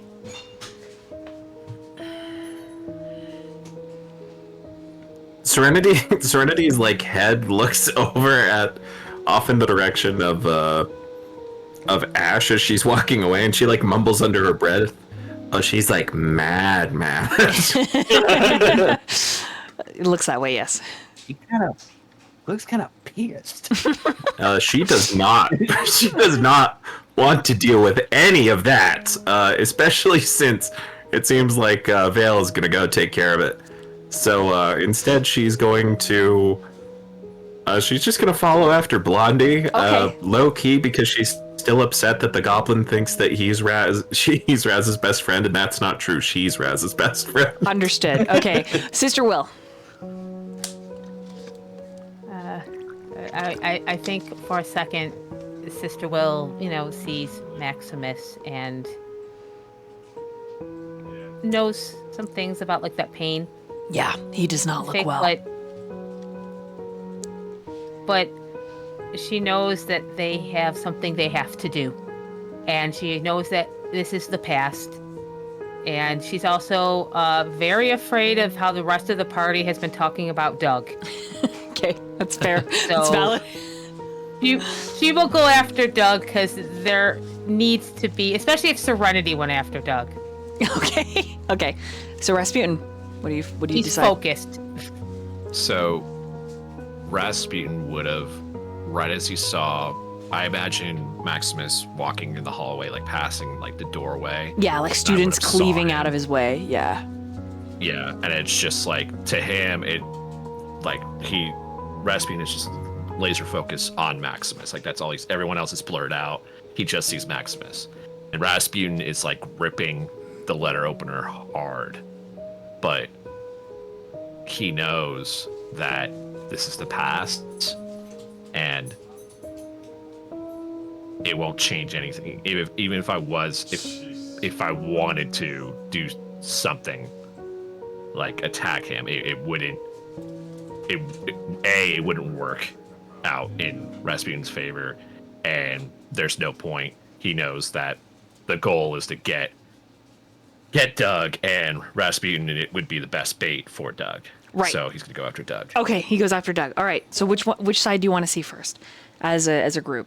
You want to go roleplay with Doug, or do you want to roleplay the intense scene with the siblings and Max? See the siblings, and then we could release the tension with a bit of maybe a funny thing. I love Doug. If anything happens to Yeah, Doug, I'm raging. Look, Ronnie doesn't want to kill Doug. He's just going like, "Hey, we need you." She's going to grab him. That's pretty much We it. need you. I mean, I have a plan. I'll be honest, Serenity's plan is to use her sling as a garrote wire and choke him out. What the shit? Holy, it's so good that Sister Will is Chill. going that way. Oh my god. Okay. Yep. Yeah. Okay. Ash, What? you and Vale looking at each other, you know that you're each other, but you also don't look like each other. You look like students that go to the academy. Okay? So you know that Max is not going to recognize you. And as you follow him down the hill, he notices that you're following him and he breaks out into a jog. He does stumble. Oh. And he does walk into a sign. Like he literally like smacks his head into a sign and he barks out a curse. And he's a little intimidating when he's like this. It's like right on the edge of just losing it completely. What do the two of you do? You're at the base of the hill. The academy is up high on the hill behind you. And he finally turns. His forehead is slightly bleeding. And he says, "What do you want?" Well, first, I could fix that for you if you wanted. "No, thank you." Shame. Ash is gonna look at her hands, and that little voice in the back of her head just says, "Don't change time." Like, so she has to be careful what she says, but she's just gonna say, I can hear "Friend of mine was hurt today." someone breathing into their microphone, so just be aware. Sorry. Go ahead, Ash. A friend of mine was hurt today, and it was your fault, and I want to know why. He like blinks a little confused by that. Like, what? And then he just says, "Who are you talking about? I'll write them an apology. You need to get back to class." You need to apologize to your son. He frowns. And then he gets this really wicked smile. He says, "I don't have a son." "Who are you?" Insight. Go ahead. Or is it insight? It's perception. Perception. Perception. Perception. Yeah.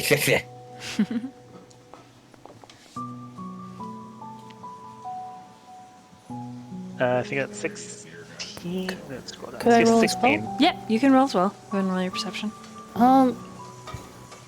Sorry, I should have been thinking.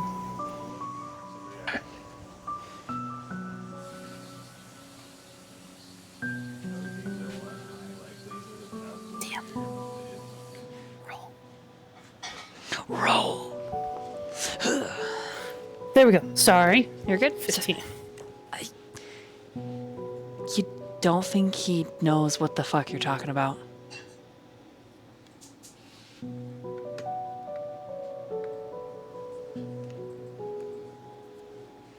I heard a story once about a woman who waited for a man.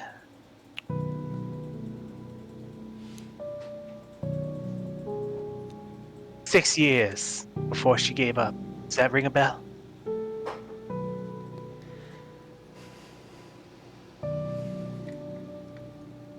Let me make a roll.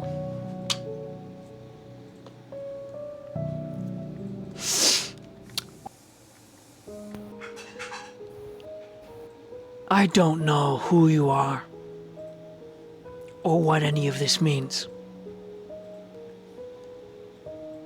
Go back to class. Please. Leave the name of your friend I offended, and I shall write an apology and a mission. Or I will see them on the morrow.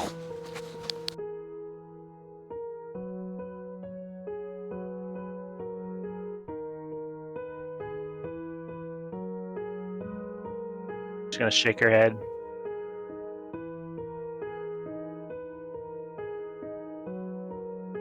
He, winces, grabbing his head. And he says, I do not feel well. Oh no. Does this seem familiar to Ash? Yes, The way he's not feeling well? it sure does. Oh shit.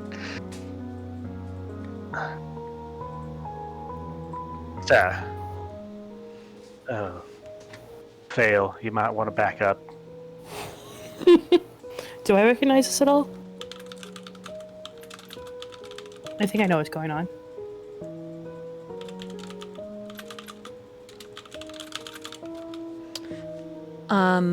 Yeah.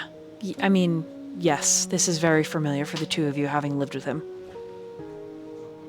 Yeah. You actually suspect he's probably headed to Sister Will.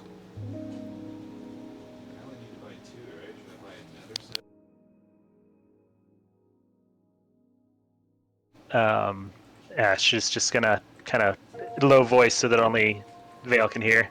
We're not getting answers, are we? When he's like this. Probably not. No. No, we can antagonize him more, and that could turn out very bad for us. That could turn out very badly for the students. True. He starts walking away, more stumbling.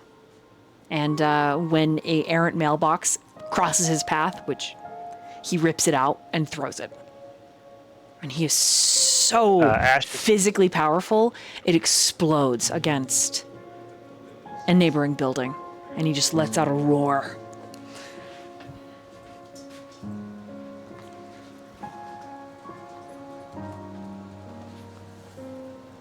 I'm sorry. I thought I could get answers. Fail. Sorry.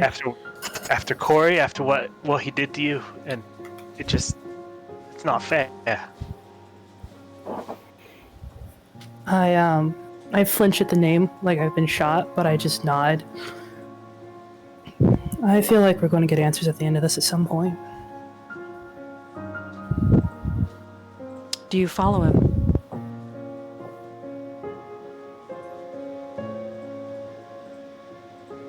Yes, Ash is gonna follow, but she's not gonna be yelling.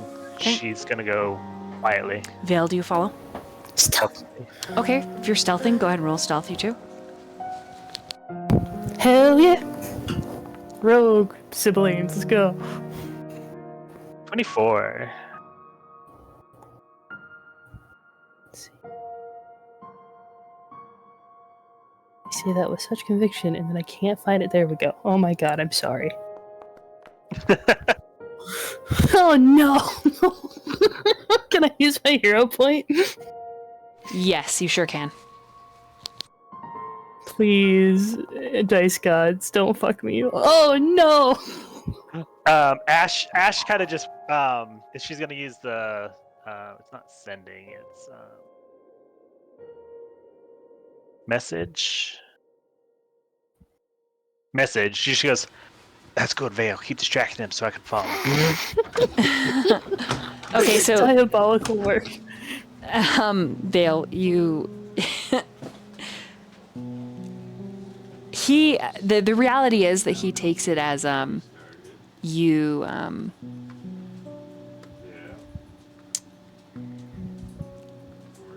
escorting him, more or less, right? And ignores you for the most part. Give me 1 second.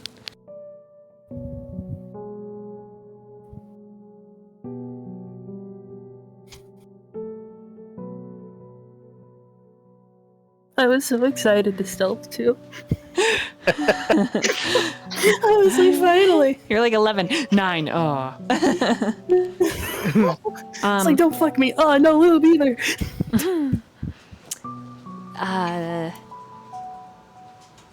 You're surprised to see a very young Sister Will.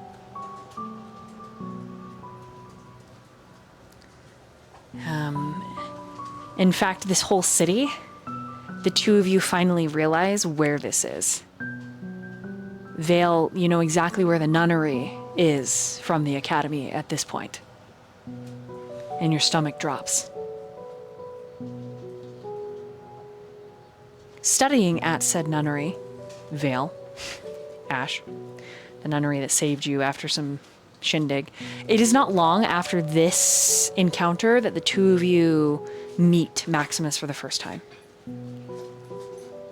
And you become his friends. As you follow him, he throws up twice, pausing in between alleyways just to retch.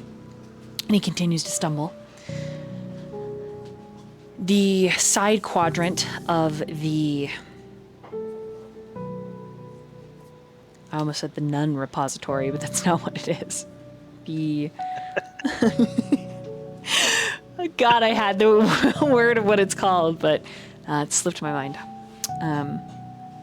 Convent, there we go. The side of the convent, there's a tower where Sister Will trained for a little while young. And the sister in charge of her training is the one that's actually tending to Maximus. And Maximus gave Sister Will, what it seems like the two of you can tell, to people that would guide her and take care of her, not adopting her himself. And you think that that's probably wise considering how reckless he seems at this certain era of his life. The elder nun that Sister Will is apprenticing to, her name is Rosalind. And Sister Rosalind asks Maximus specifically if it's his headaches again. And he says yes. And she says, okay, let me look, take your shirt off and everything so that I can check the scar. And you see that he has a scar that runs up in between his shoulder blades all the way up his skull. And as she even spreads the hair to look at the scar, it's pretty gnarly. No hair grows there. And she says, are you missing more memories? And he says, not that I can tell.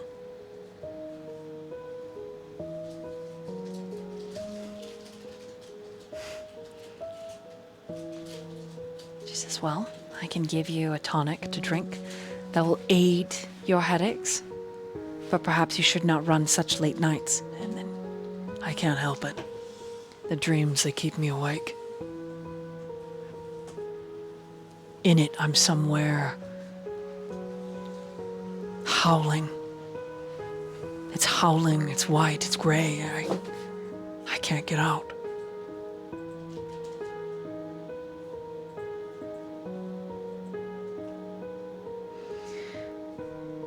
And she frowns.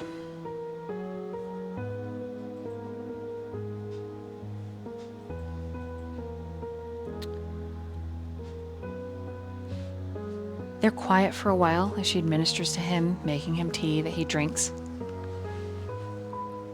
Sister Will attempts to refill the tea, but she's young.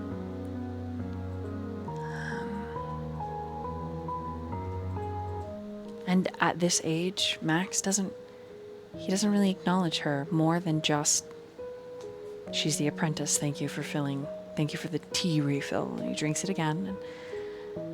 And Rosalind asks,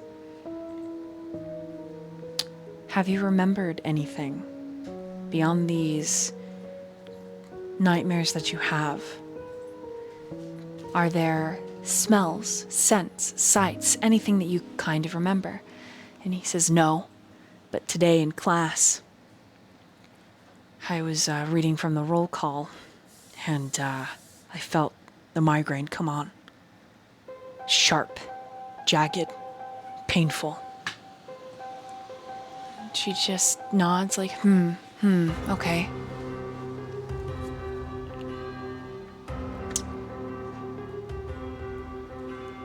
Then she asks him to remove his boots, and she checks his hands. And I need Ash and Vale. Stop barking! Bad co-host! All of you! When this gets turned into a podcast, it takes so much editing to edit those little dudes out. I can't even with it. Anyways, Ash and Vale, I need you to roll a medicine check, please.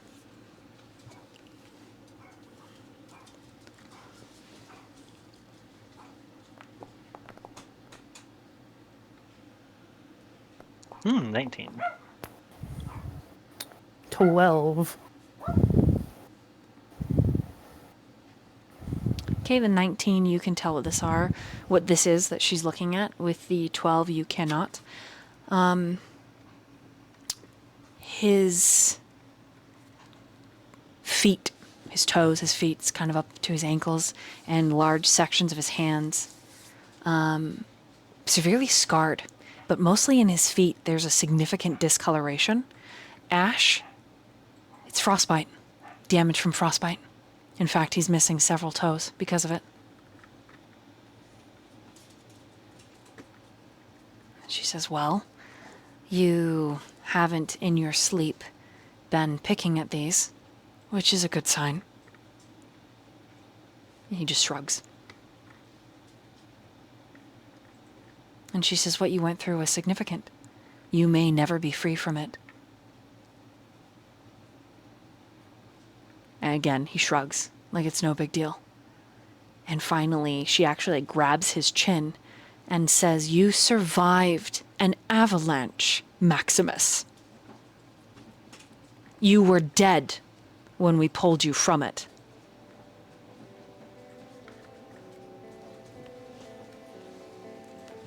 He shrugs again, and he says, so am I clear? The tea's helped, thank you. She just sighs.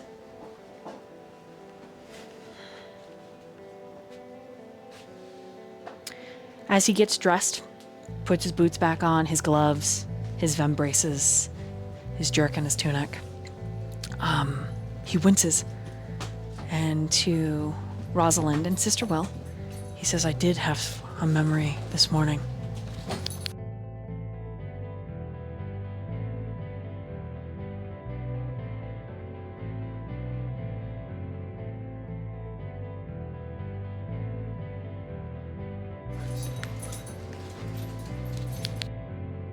Okay, sorry about that. Can you hear me now? My stuff was like...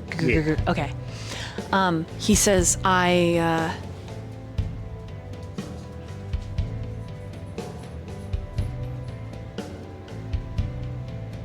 saw a pair of eyes. Like mine. But paler. And you see that he reaches to his ring finger under his glove, as if there was a ring there once. But you know, he's missing that finger from the frostbite, and he's missing a pinky on the other side. But that's it. And then he pays her takes a large sachet of tea, and he's gonna ambulate home, grumbling, less aggravated, and stressed that he made a student cry, and not quite sure how to go about that. Ash and Vale, what do you do? Well, I feel like shit now. Damn.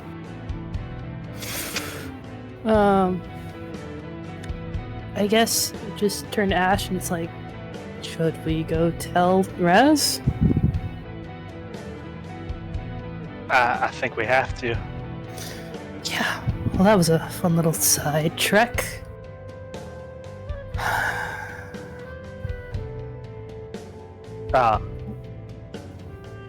I heard you fighting. Sorry, I was kind of mad. No, that's fine. We handled it pretty well. There's this weird goblin kid. You're gonna think he's fucking hilarious.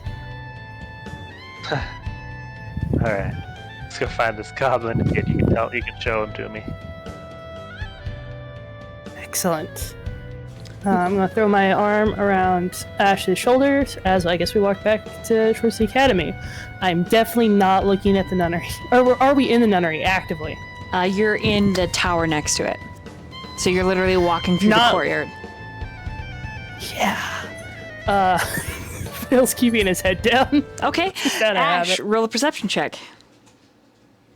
Ash is gonna roll a perception check. And then I'm gonna slide over to Rasputin with his with his best friend. His best bud. He loves him so much. I'm just looking at the GIF that Griffin posted. That's like, I'm his best friend. I'm his best friend. I'm his best friend. So, I would use my hero point for that one because that's too fun a possibility. go for it. Perception. Better one. Yes, better one. 19. As you are leaving, there is a ruckus in the nunnery. And you notice it's a prison carriage, large and black, pulled by 16 horses, and the sounds of chains as a crate is lowered out of it. And this is not in the main courtyard, but the side. You can tell that it's hidden, but with a 19U over here, inside the box, a person. The nuns are paid, and this crate is rolled into the nunnery.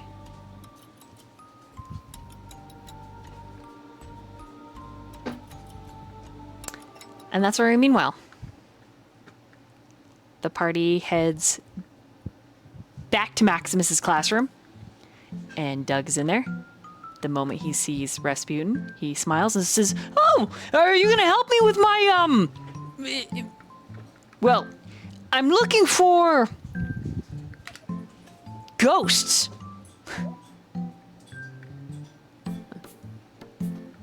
This is Doug, right? Yep.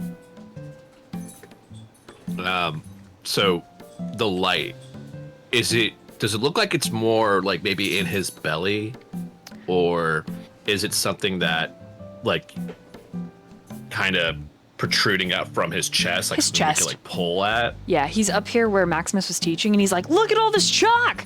Something wrote why?" And I think that's a valid question. Why? Oh, look, you have other friends. You two keep him distracted. I'll take care of it. When have you just gotten so damn bloodthirsty? Holy shit. Serenity steps up. Serenity gives you a real innocent, like, smile, like a real friendly, genuine smile, and then like pulls you into like arm wrapped around your shoulder. Very difficult. She has to like really reach up. So I guess she more just like grabs onto your wrist and like pulls you around. So like you're facing towards the desk, and she just whispers with the harsh intensity, her eyes slit like a cat. "I'm Rasputin's best friend, okay? I'm Rasputin's best friend. I can't let my position be threatened, all right?" I see. No, I don't. You two have the most unique relationship I have ever seen. I would not worry. Listen, your handsome reassurances are very nice, but I need to do this, okay? If we put I her to appreciate it. rest, she's Just gonna keep me stop distracted. haunting the academy. What are you two whispering about over there? We're talking about you. Oh, Hey, Doug. Now, does he notice that there's like a glow in him, not at all. or like not at all? No one else but you guys seem to notice there's a glow. When you say his name, his eyes light up, he smiles. Yes?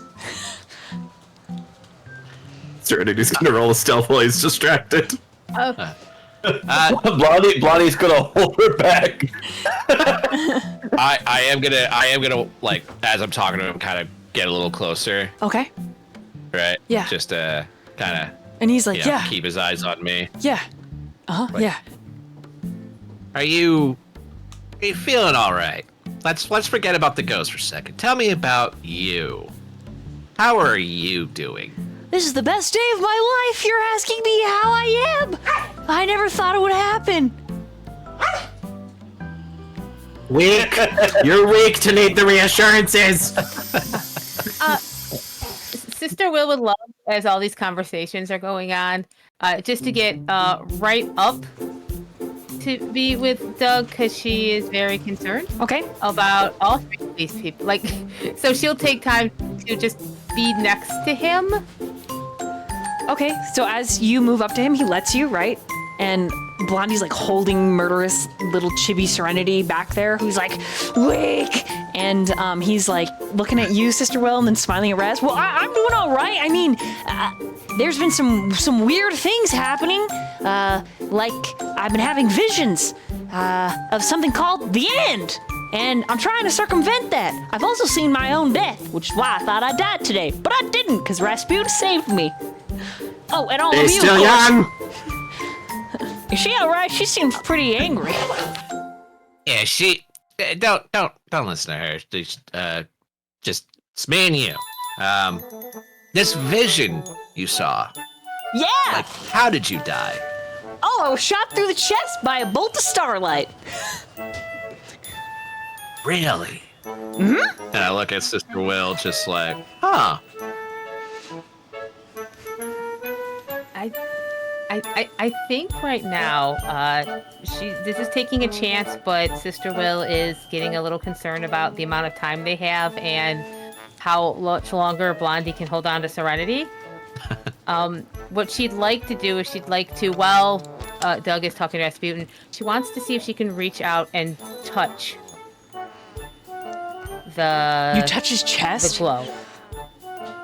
Okay, Yeah. you do. You touch her, and he's like, "Whoa, a girl's touching me!" I am, as And you then know, That's learning the moment that you to be know a that cleric. he's in love with you. He's like, "Wow." Blondie will call out. I was like, wow, we got the Basher of Open Dreams and the Giver of Hopes and Dreams. God damn. You don't see Sister Will often look in anger, but she does flash a look at Blondie. You're the prettiest girl I've ever Like, seen. I'm trying to work. Your hands are so soft. Oh. And he puts them over where you're Oh. touching his heart. I do. Oh, okay. I don't know your Oh. name, and this is really Oh. fast, but my mother told me that when a woman touches you, you know. Oh, you're very sweet. Do you feel okay here? And she Your just mother laughs. sounds as desperate as you are. Oh my god. There's no time to be brutally honest right now. Yeah. I feel really good kinda like- right here. It's all fluttery because your hands are really soft. Should we go on a date first? My name's Douglas. You can call me Doug. What's your name? Oh, Doug. My name is Will. Will. My name is Will. That's a yes. beautiful name. Rasputin. This is my girlfriend, Will. Now, was it Rasputin with daggers? Like, say something? Doug, can I pull I pull Will to the side just for a second? I gotta ask her something. She's her own woman. Just- she could do whatever. She's touching me. Look at her. Yes. Of her own Can free you will. stay there? We're gonna go just over here real quick. Sure, Just I'll real stay quick. over here. Please, Will. I need to ask you something. The minute you leave, Sister Will, he begins investigating the ghost stuff again and making notes. And as he does, the starlight grows brighter in his chest. Role play away. Rasputin, whatever you're about to say, I don't need this right now, okay? You can laugh at this later. We need to get that out of him. Yeah, I'm not. First off, I feel. I don't know. I've never really felt this way about another person before, but like pity. Oh God. Oh God. Is this what you feel towards me sometimes? Because you gave me the same look before that I was giving him earlier, and like I could feel it in my face, and You know, Rasputin, now is probably not the time to cross that bridge of realization. I don't think you need that depth right now. Look, would it be easy just to kill him? Yes, but I don't want to do that. Oh. Well, I have to be honest. That's a little surprising from you, and at least one of us looks at Serenity, looks back, doesn't seem to want to cause harm. Every time Doug turns around, Serenity's like, "Meow." But it's also, like a fox. I don't know what really, but like, is there a way I could kind of just think back in like my own memories? Like, do I remember Doug? Yes. Mm-hmm. Yes, there's a way I could like roll for it, or I actually know Doug was in my past. He was in your past, yeah. But to remember, clearly everything that happened, because he loved you. This is the most interaction the two of you have ever had, like from your side, right? Yeah. Like he was there. He made you sandwiches every day, but you're like, I don't want to eat that. You know what I mean? So, anyways, I want you to roll for me. I'm looking. Hold on. I'm looking at the Pathfinder sheet to tell you what to roll. It's significant. Roll for self-awareness. No, it's really good. It's really good. I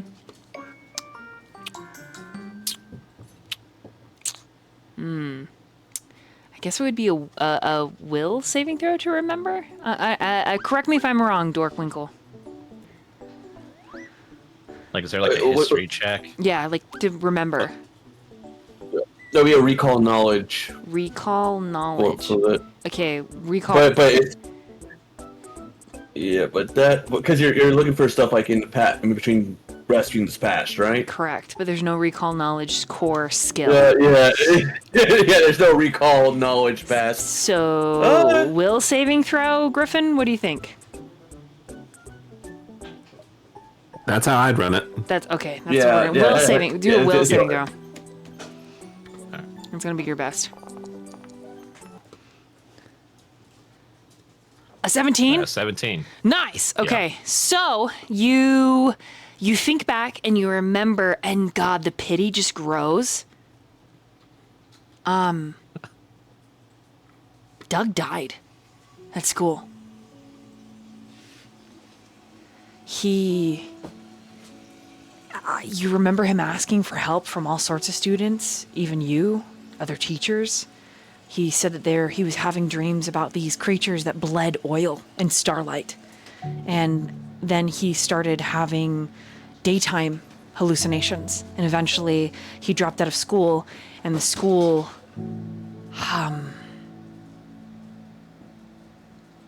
forgot about him. You only because of the shitheads that made fun of you and Doug, you found out that apparently Doug was found strung up in his bedroom at home.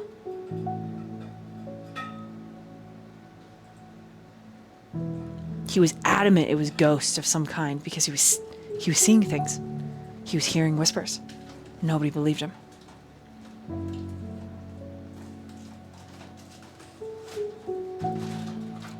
And looking at him now, wringing his hands and like picking up the chalk and making notes.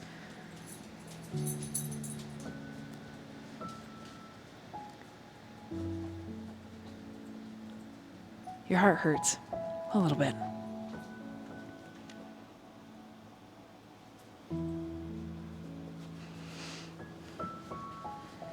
Yeah,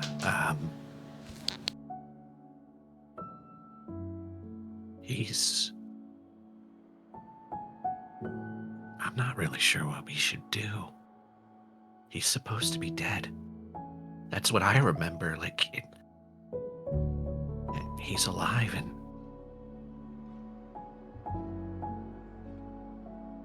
I think Sister Will actually just puts a hand out onto Rasputin's shoulder, recognizing this moment of maybe an emotion he hasn't dealt with before. I don't know what his fate is supposed to be. It seems we have changed things before. Some things we can, some things we can't. This might be something we can. It's already been changed. I will do my best to allow this second chance. We'll figure it out. Like, could we... I don't know, just leave?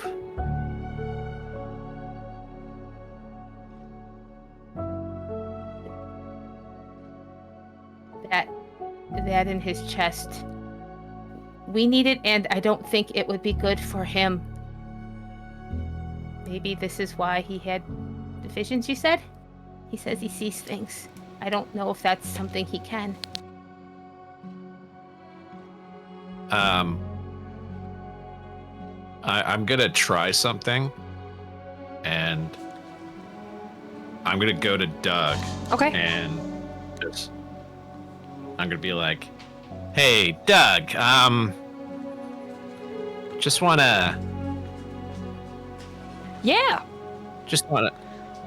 I don't ever say this ever. Just wanna say I'm sorry. I could have been a better friend. You're the best friend I've ever had. Oh, God. I'll remember the first day we met.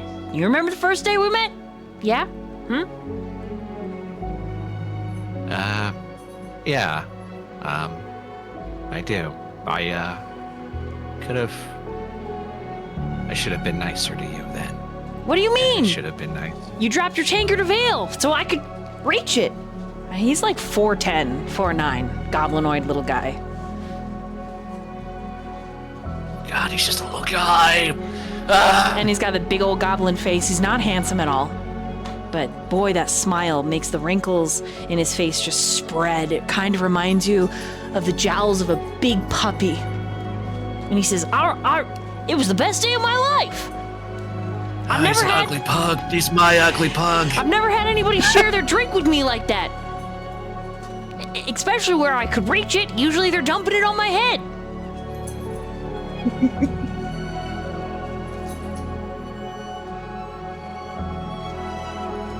I know what we need to do. Oh, yeah? We have to figure out why these ghosts are haunting the school and why I'm seeing visions.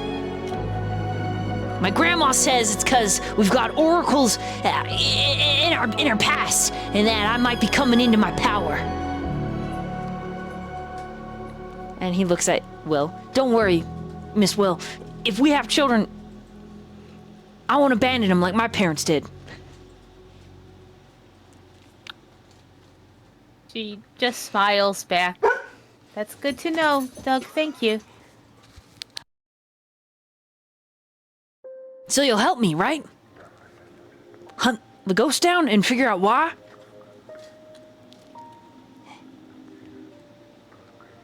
And the star in his chest glows brighter.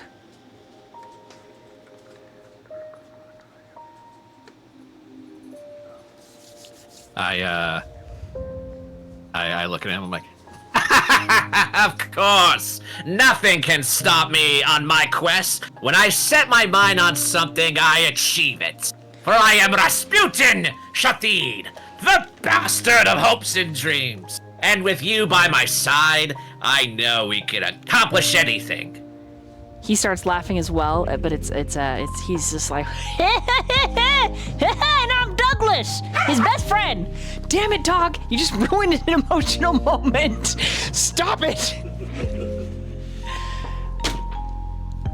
That's Serenity. Serenity in the background. Yeah. And at that moment, this is such a good spot for this, though. The star in his chest, it surges forward. It breaks into 3 pieces, and it disappears. And you think that it's wherever you need to find for this quest. In fact, you know it. Will and ℙ𝕒𝕒𝕦𝕦. You hear your mother's voice, Will, as it says, and so the path has been laid, that the oracle of the end shall not perish before his time. Keep him alive for 3 days. And at the end of each day, you shall retrieve a piece of starlight.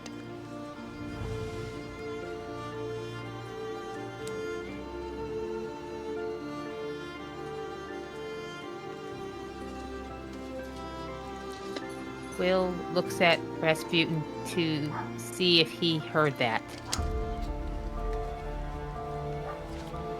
I look at Will, and then I look at Doug, and I just kind of pretend I put my like fingers on my temples, like, hold on, I'm getting a vision. Yes, of course. I think this will take time. Yes, this investigation. Give me 3 days. You, me, and my other minions. We'll figure out the secret. We'll figure out this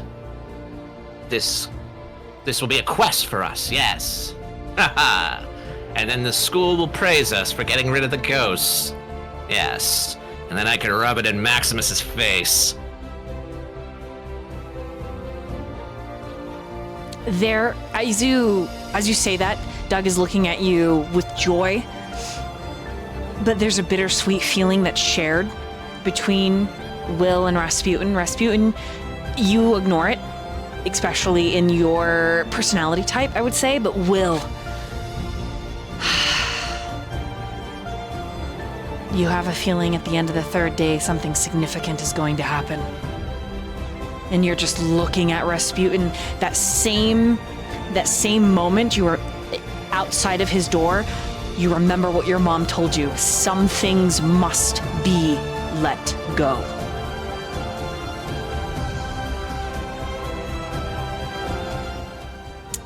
And then we're going to meanwhile over to Serenity in the back. What is happening for her? At this point, she's actually calmed down, seeing that now Rasputin is acting all positive and friendly towards Doug.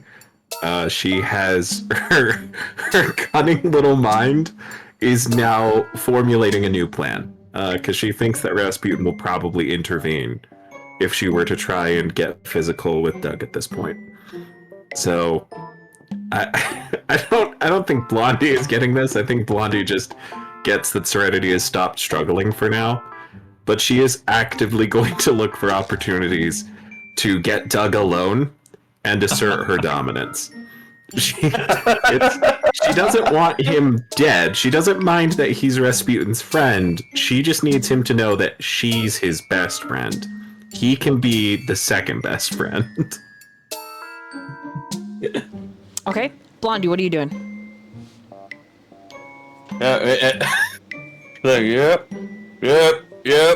Just holding Serenity back. It's like, I just imagine it's like, at this point, it's like holding a Maine Coon. Like, you've just got your arms underneath her shoulders, and she's just hanging there limply, math flashing in front of her eyes as she stares daggers at Doug.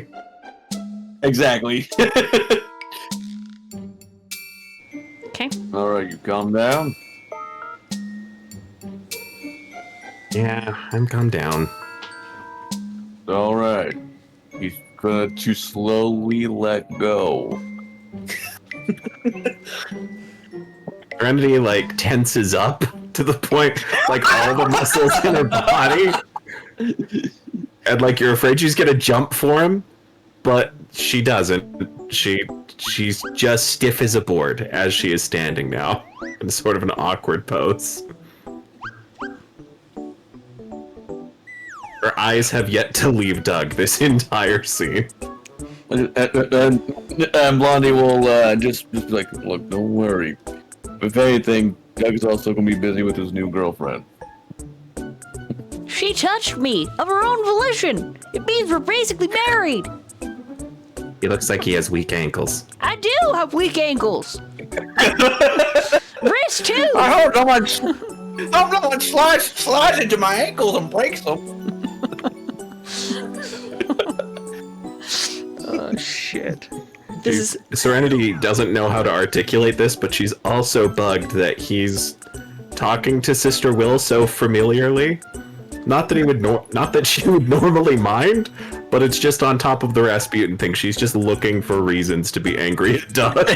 Doug is stealing all my friends. Doug is rapidly becoming Serenity's Maximus.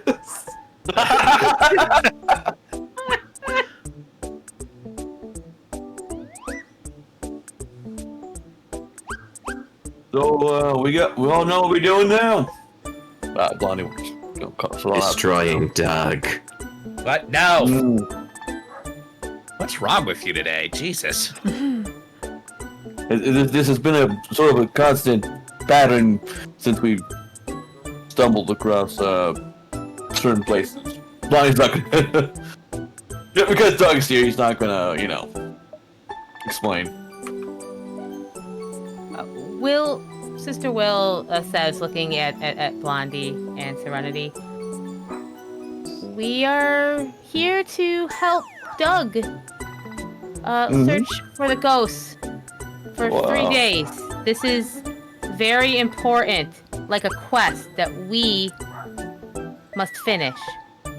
Yeah. May I add, both of you with the money, gesturing to Doug and Sister Will, look like a very lovely couple. I think it's going to be a wonderful 3 days. You two look beautiful together. Blondie gets a surprised and then withering look from Sister Will, you too? And then her eyes rapidly go to Serenity with absolute concern. Serenity has a smile on her face, and there is a vein bulging on her forehead as she says it. Doug's just like, well, shall we get our investigation started? Yes, let's split up. Me and Doug will go one way. Everybody else can go look somewhere else. Oh, what? You want to split up a guy and his gal? Serenity, have a little bit more class than that. Absence makes the heart grow fonder?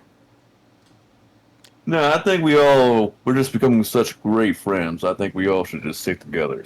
Right. Douglas claps. Great friends. I like that. That's a great plan. Hate you so much. He walks past. He's so tiny. He's like, I like your tail. Serenity growls as he walks past. He's like, all right. And like as he has his back turned, Blondie has to grab her again because she can't help but lunge for him. Okay. He just, as he's waddling away, he's like, first place, cafeteria. That's where I had my first vision. All right, grab ourselves to the some cafeteria. Yep. Ooh, I wonder if they have carrot cake here still. And it is in the cafeteria that the party spots the other two, because literally it's just Doug wants lunch. Like, he's like, can't do an investigation on an empty stomach, everybody. So you're there for an hour, eating with Doug. I love Doug so much. Like, Sister Will, Yeah, knowing he's that grown this, on me. Sister Will, knowing that this is making the situation worse, she has to stay close to Doug because she doesn't know who in her party she could trust at this point. In fact, the one she trusts the most might be Rasputin, which is like she's breathing through it. She's trying to tell herself, this is meant to be. This is what's happening. I Wait. need to be close to Doug. Why can't you trust Blondie? You are a war criminal. Because You don't know that. look at the scar on his face. But I think, yeah, I think she is just staying a little closer than she probably normally would to Doug. Mm-hmm. She doesn't want to create false hope, but Oh, it's 3 days. yeah, it's too. It's Yeah. Yep. Yeah. Yep. But he doesn't like try to hold your hand or like anything romantic. He's just like, that's my girl. She's super smart and she's pretty, far prettier than I am. I know. I'll bury it up. Yeah. And like So many emotions. The pity meter is just going up and up. I'm like,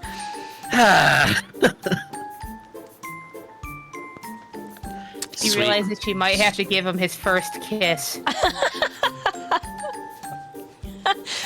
If it's 3 days. She's literally legitimately thinking about 3 days. 3 days. Yeah, 3 days. Yeah. Your sacrifice is noted and appreciated. Yeah, at the Mr. end of. Will, Sorry, go ahead. you're good.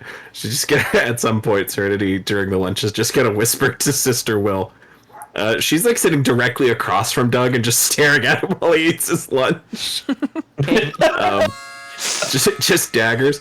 But she does mutter to Sister Will when Doug is distracted, just like, if you ever want to pretend that I'm your bisexual girlfriend, let me know. You can put him down nicely. The throuple.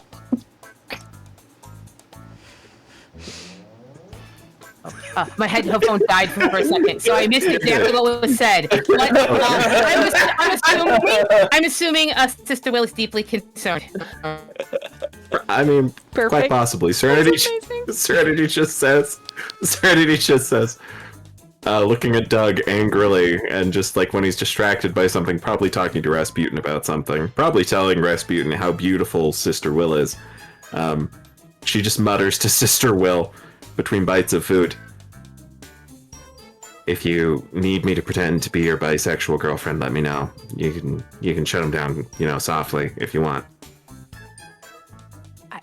A second. It takes Sister Will a second or two to even think about what to say to this young woman who she feels like protective over.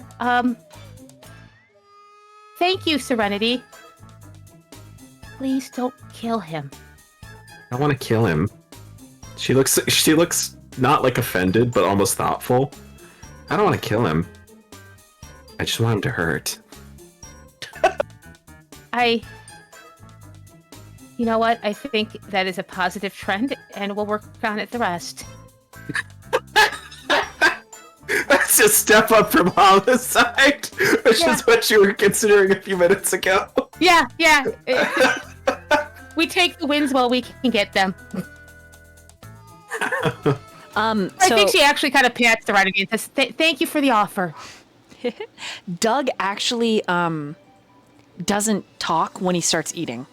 He just makes little num num num num num num num num num num num sounds for an hour as he eats. He doesn't ever speak with his mouth full. He shares his home-packed lunch from his grandma, which is a lot. She's like cut his carrots into star shapes with faces that smile. It's like a grade school lunch for a college student, I love that for him. He also loves it. And it's an hour of just you guys hanging out and talking, and there being no booze at this academy, and Doug. And that's when Ash and Vale stealthily arrive at your party's table, no one stopped you. You're dressed as students. If the two of you want to, you can easily drop down next to your party members, joining them in the cafeteria. Yeah, absolutely. Yeah. So one moment they're there, the next they're not. Or in one moment they're not there, the next they are. I got that backwards. Vale and Ash. The party is sitting with this goblinoid, paled skin, 4'9", 4'10" guy, big thick Coke bottle glasses, just quietly eating with his little gap teeth. He is both horrific and adorable in tandem.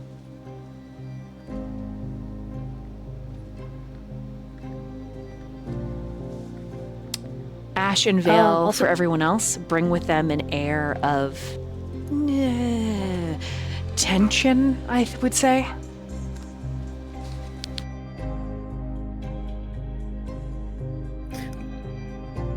We got lore stuff. Serenity is actually going to lock into that when they just appear. Some part of her lizard brain recognizing that another packmate has arrived, and now they outnumber Doug even more. And she seems to actually calm down a bit. Somewhere in her subconscious thinking, good, the pack has him surrounded now. But she is going to look over at Vale and Ash and then read the intensity, especially on Ash, because Ash was the one who was really angry walking away. Does Ash still look angry? No, she looks sad. It takes Serenity a second to process that. I mean, I assume Vale looks much the same. I think Vale's back to trying to, have an air of ease about him. It's kind of thin, but he's not really usually trying to show his emotions on his sleeve, I guess. I don't know. No, that's fair. Okay, in which case Serenity's just going to soften up and say, everything okay? What happened?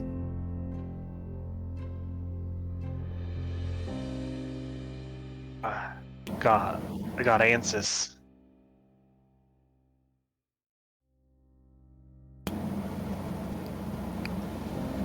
Gonna... Good. You got answers to the question why? That's exactly what we need to find ghosts. I'm done eating now. I will strangle you. Oh, I'm not... I would rather you didn't, please. Yeah, please don't. Doug, I assume? That's my name. Yeah. My name's Douglas. This is my best friend Rasputin, and his best friend Serenity, and this is my girlfriend's sister, or Miss Will. She touched me of her own volition. And this is her best friend Blondie. Him and Serenity, I think, are dating because Blondie keeps holding her. Serenity faints. Immediately, she passes out. We're Just anime, red face all of a sudden. Yep. just gone. Oh, I Yeah, think we're I... just- That absolute no expression emotion face, which is just the two dots in a line. Wow, Serenity Impressive. really likes you, Blondie. She can't even keep her eyes open in front of you. She must think you truly are splendiferous. Thanks, Doug. You have such an incredible way with words. Thank that you. makes people want to keep on hearing you. So please continue on talking.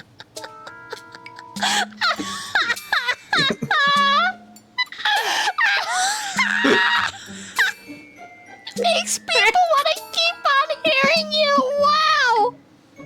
Damn. What? What?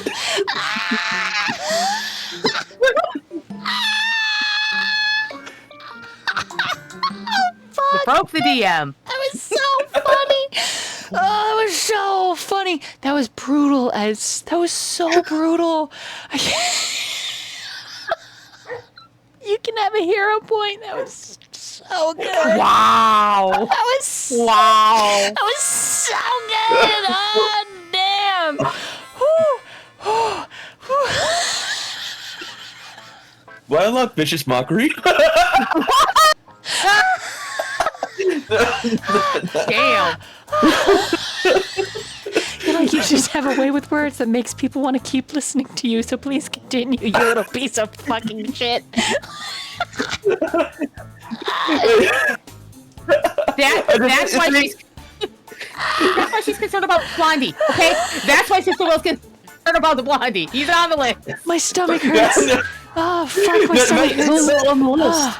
The best thing about this is Doug will be like, oh, that's the best compliment I ever got today. Doug's like, I want to keep on talking. wow, Rasputin, your friends sure are nice. I'm gonna go wash my hands. I'll be right back, and then we can start. Oh my god, he's like Butters. Kind of. I'm trying to do like Butters / Nick's like nerdy guy voice. It's so hard. You're doing great. Oh, hey guys. Yeah, that one. I'm trying so hard. It's good. super hard. Anyways, he's gonna get That is down great. and he walks away to go wash his hands before you ghost hunt because you need to be clean. Cleanliness is close to godliness. Please continue role playing. Oh. Well, man. When he leaves, Locked Ronnie's on like, attack. I would have followed Doug, saying like, yeah, I gotta wash my hands too. I got cake all over them.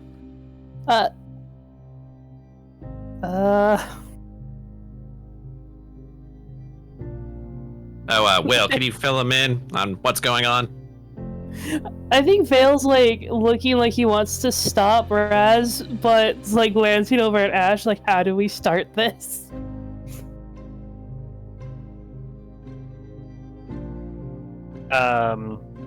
Ash will just kind of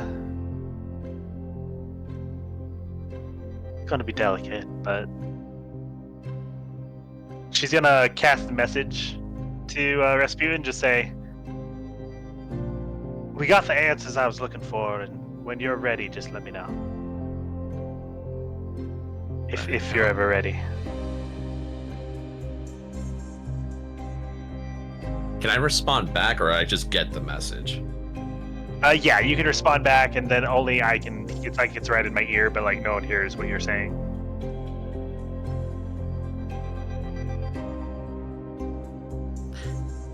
Okay, I'm glad you got answers, but right now we gotta focus on the task at hand.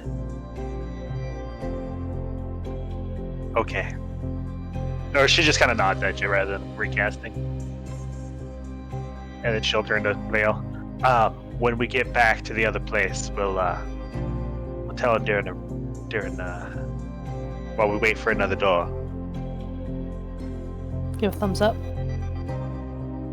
What are we waiting for? Serenity's pulled herself off the floor at this point. The opportune moment. Kill Doug? Why do you want to kill Doug? It's adorable. Look at that little fucker. He has a very snappable neck. Many people do. I think it's this point where Sister will kind of explain the 3 days that this is the thing that we have to do as quickly as she can, so they understand the importance. I'm assuming while Serenity is still mumbling threats. Oddly enough, she seems to have calmed down a bit. Well, then Sister will be very happy with. But like, explain the situation to them, and this is what they have to do to close this door.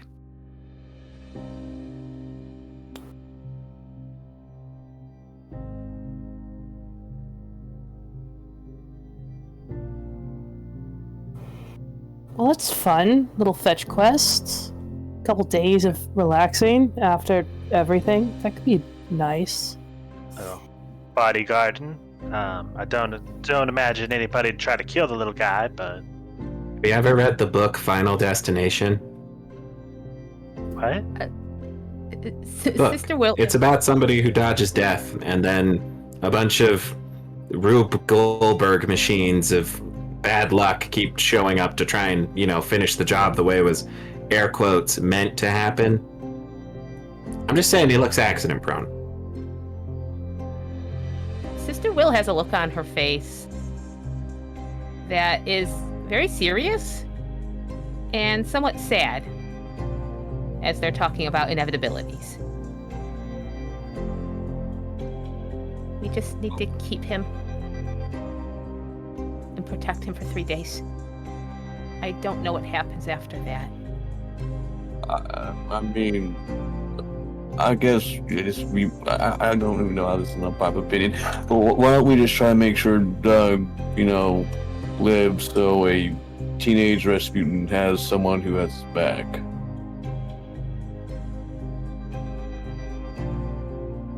I hope that is so. Blondie, I hope that is so. I hate that. I hate that so much. And I hate that you're right. She stands up and starts pacing up and down the table. Just because in these supposed couple years you may not be number one doesn't mean you can't be number one when you do meet Rasputin again. No, he said back there before he said that, and she starts to blush even thinking about it and stops herself, kind of claps her cheeks. He recognized that I was Rasputin's best friend. He doesn't recognize that I am his best friend, but that's okay. We can work on that. That doesn't take violence to fix right off the bat. She squints. Not yet, anyway. You're trying real hard, aren't you? My dad taught me breathing exercises and how not to get, I get really attached to things, and I need to let things go better sometimes. It's not all the time, it's just every once in a while I get really worked up over something. She just shakes her head. Didn't realize that. I guess it makes more sense now. It's just what I am. Okay, so what did you guys learn? Spill the beans. I'm glad that you're not telling him, but tell me. I want to know.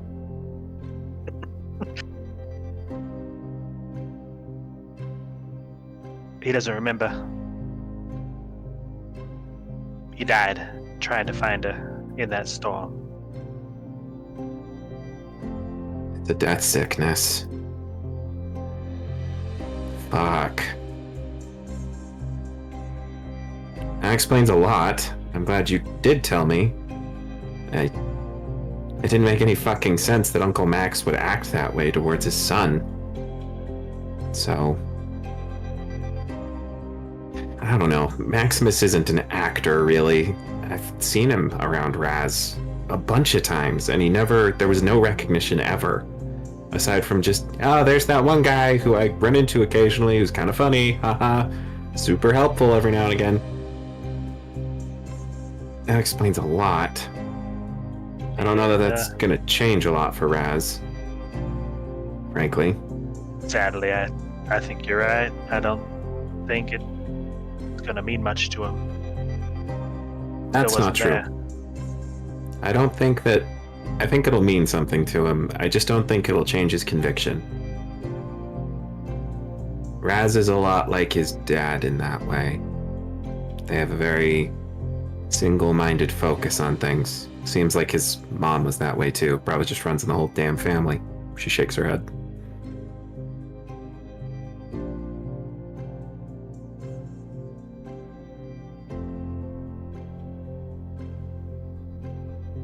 Either way, we'll keep the little goblinoid alive. And I hope he doesn't die. Yeah, see that there? Progress.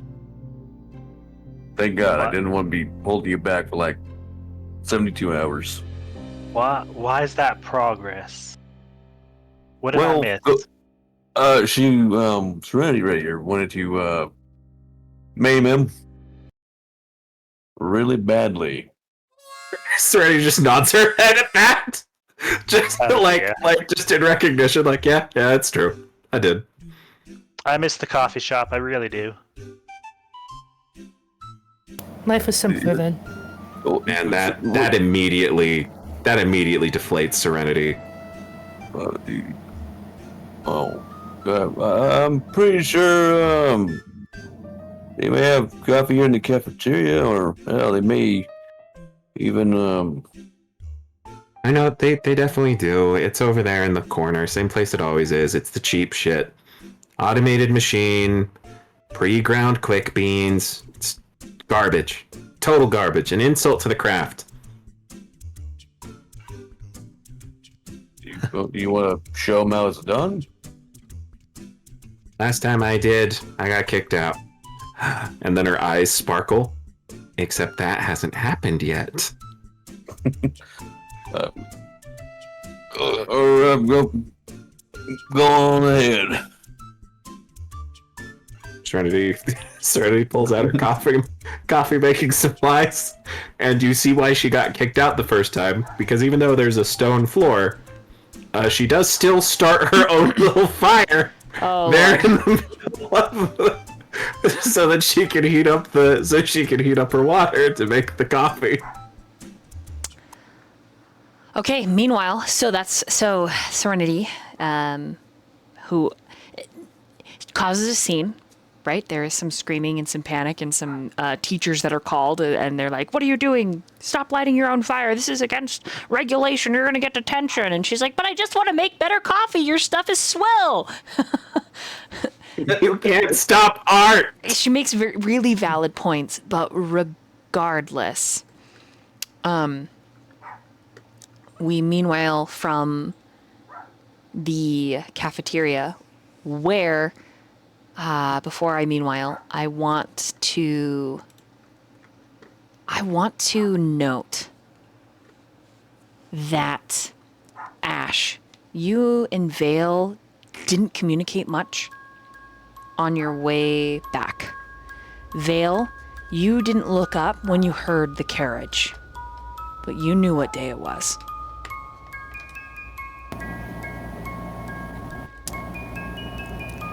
Yep. As Serenity descends into a little bit of pandemonium with the academic officers, Vale, you've got this faraway expression. Blondie notices it, Sister Will notices it, and your sister Ash notices. It's a tension that you're trying to hide. It lines the eyes, the mouth. But the only thing that you can think of are it's the leather and cinnamon taste of him. It's all you can think about. The smell, the touch, the warmth. And really you shouldn't, because fuck him. But there's a hollow ache in your chest.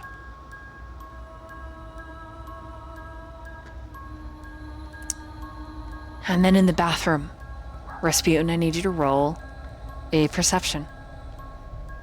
I thought it was gonna be like Constitution. Okay, perception. Mm-hmm.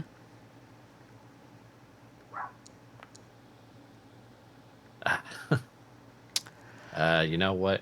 I am gonna use a hero point. Okay. Oh, right click. Got it. Let's try again. Yeah. There we go. 21. Okay. You 21 is enough that you hear. So Doug is like, "Oh, I've got to use the bathroom." He goes into the stall, and then you hear him begin to drown. The toilet flushes and begins to flood. All the sinks turn on. The lights overhead, the magic mage lights, they begin to flicker, and then a couple of them explode out of their glass containers. And you and Doug are alone, and you hear as these creatures begin to ascend from the pipes of the plumbing.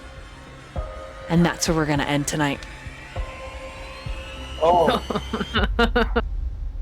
Oh shit. Just as Doug is like, I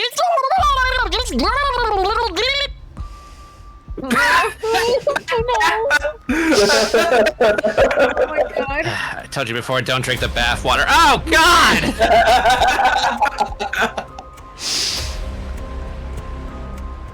Yep.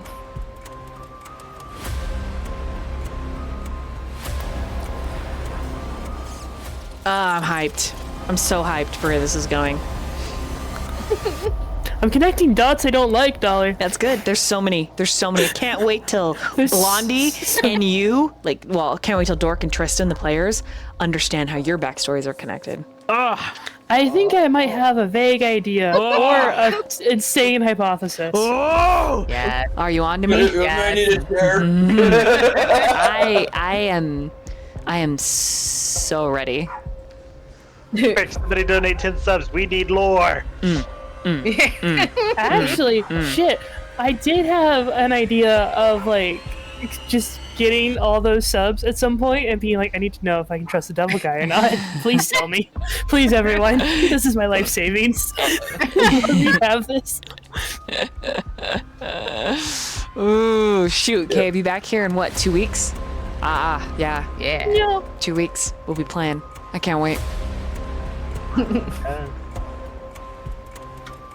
Thank you guys. I'm saluting you, chat, players. It was a blast. You did well. We'll catch you next time. Same channel on the Flippy Flop side.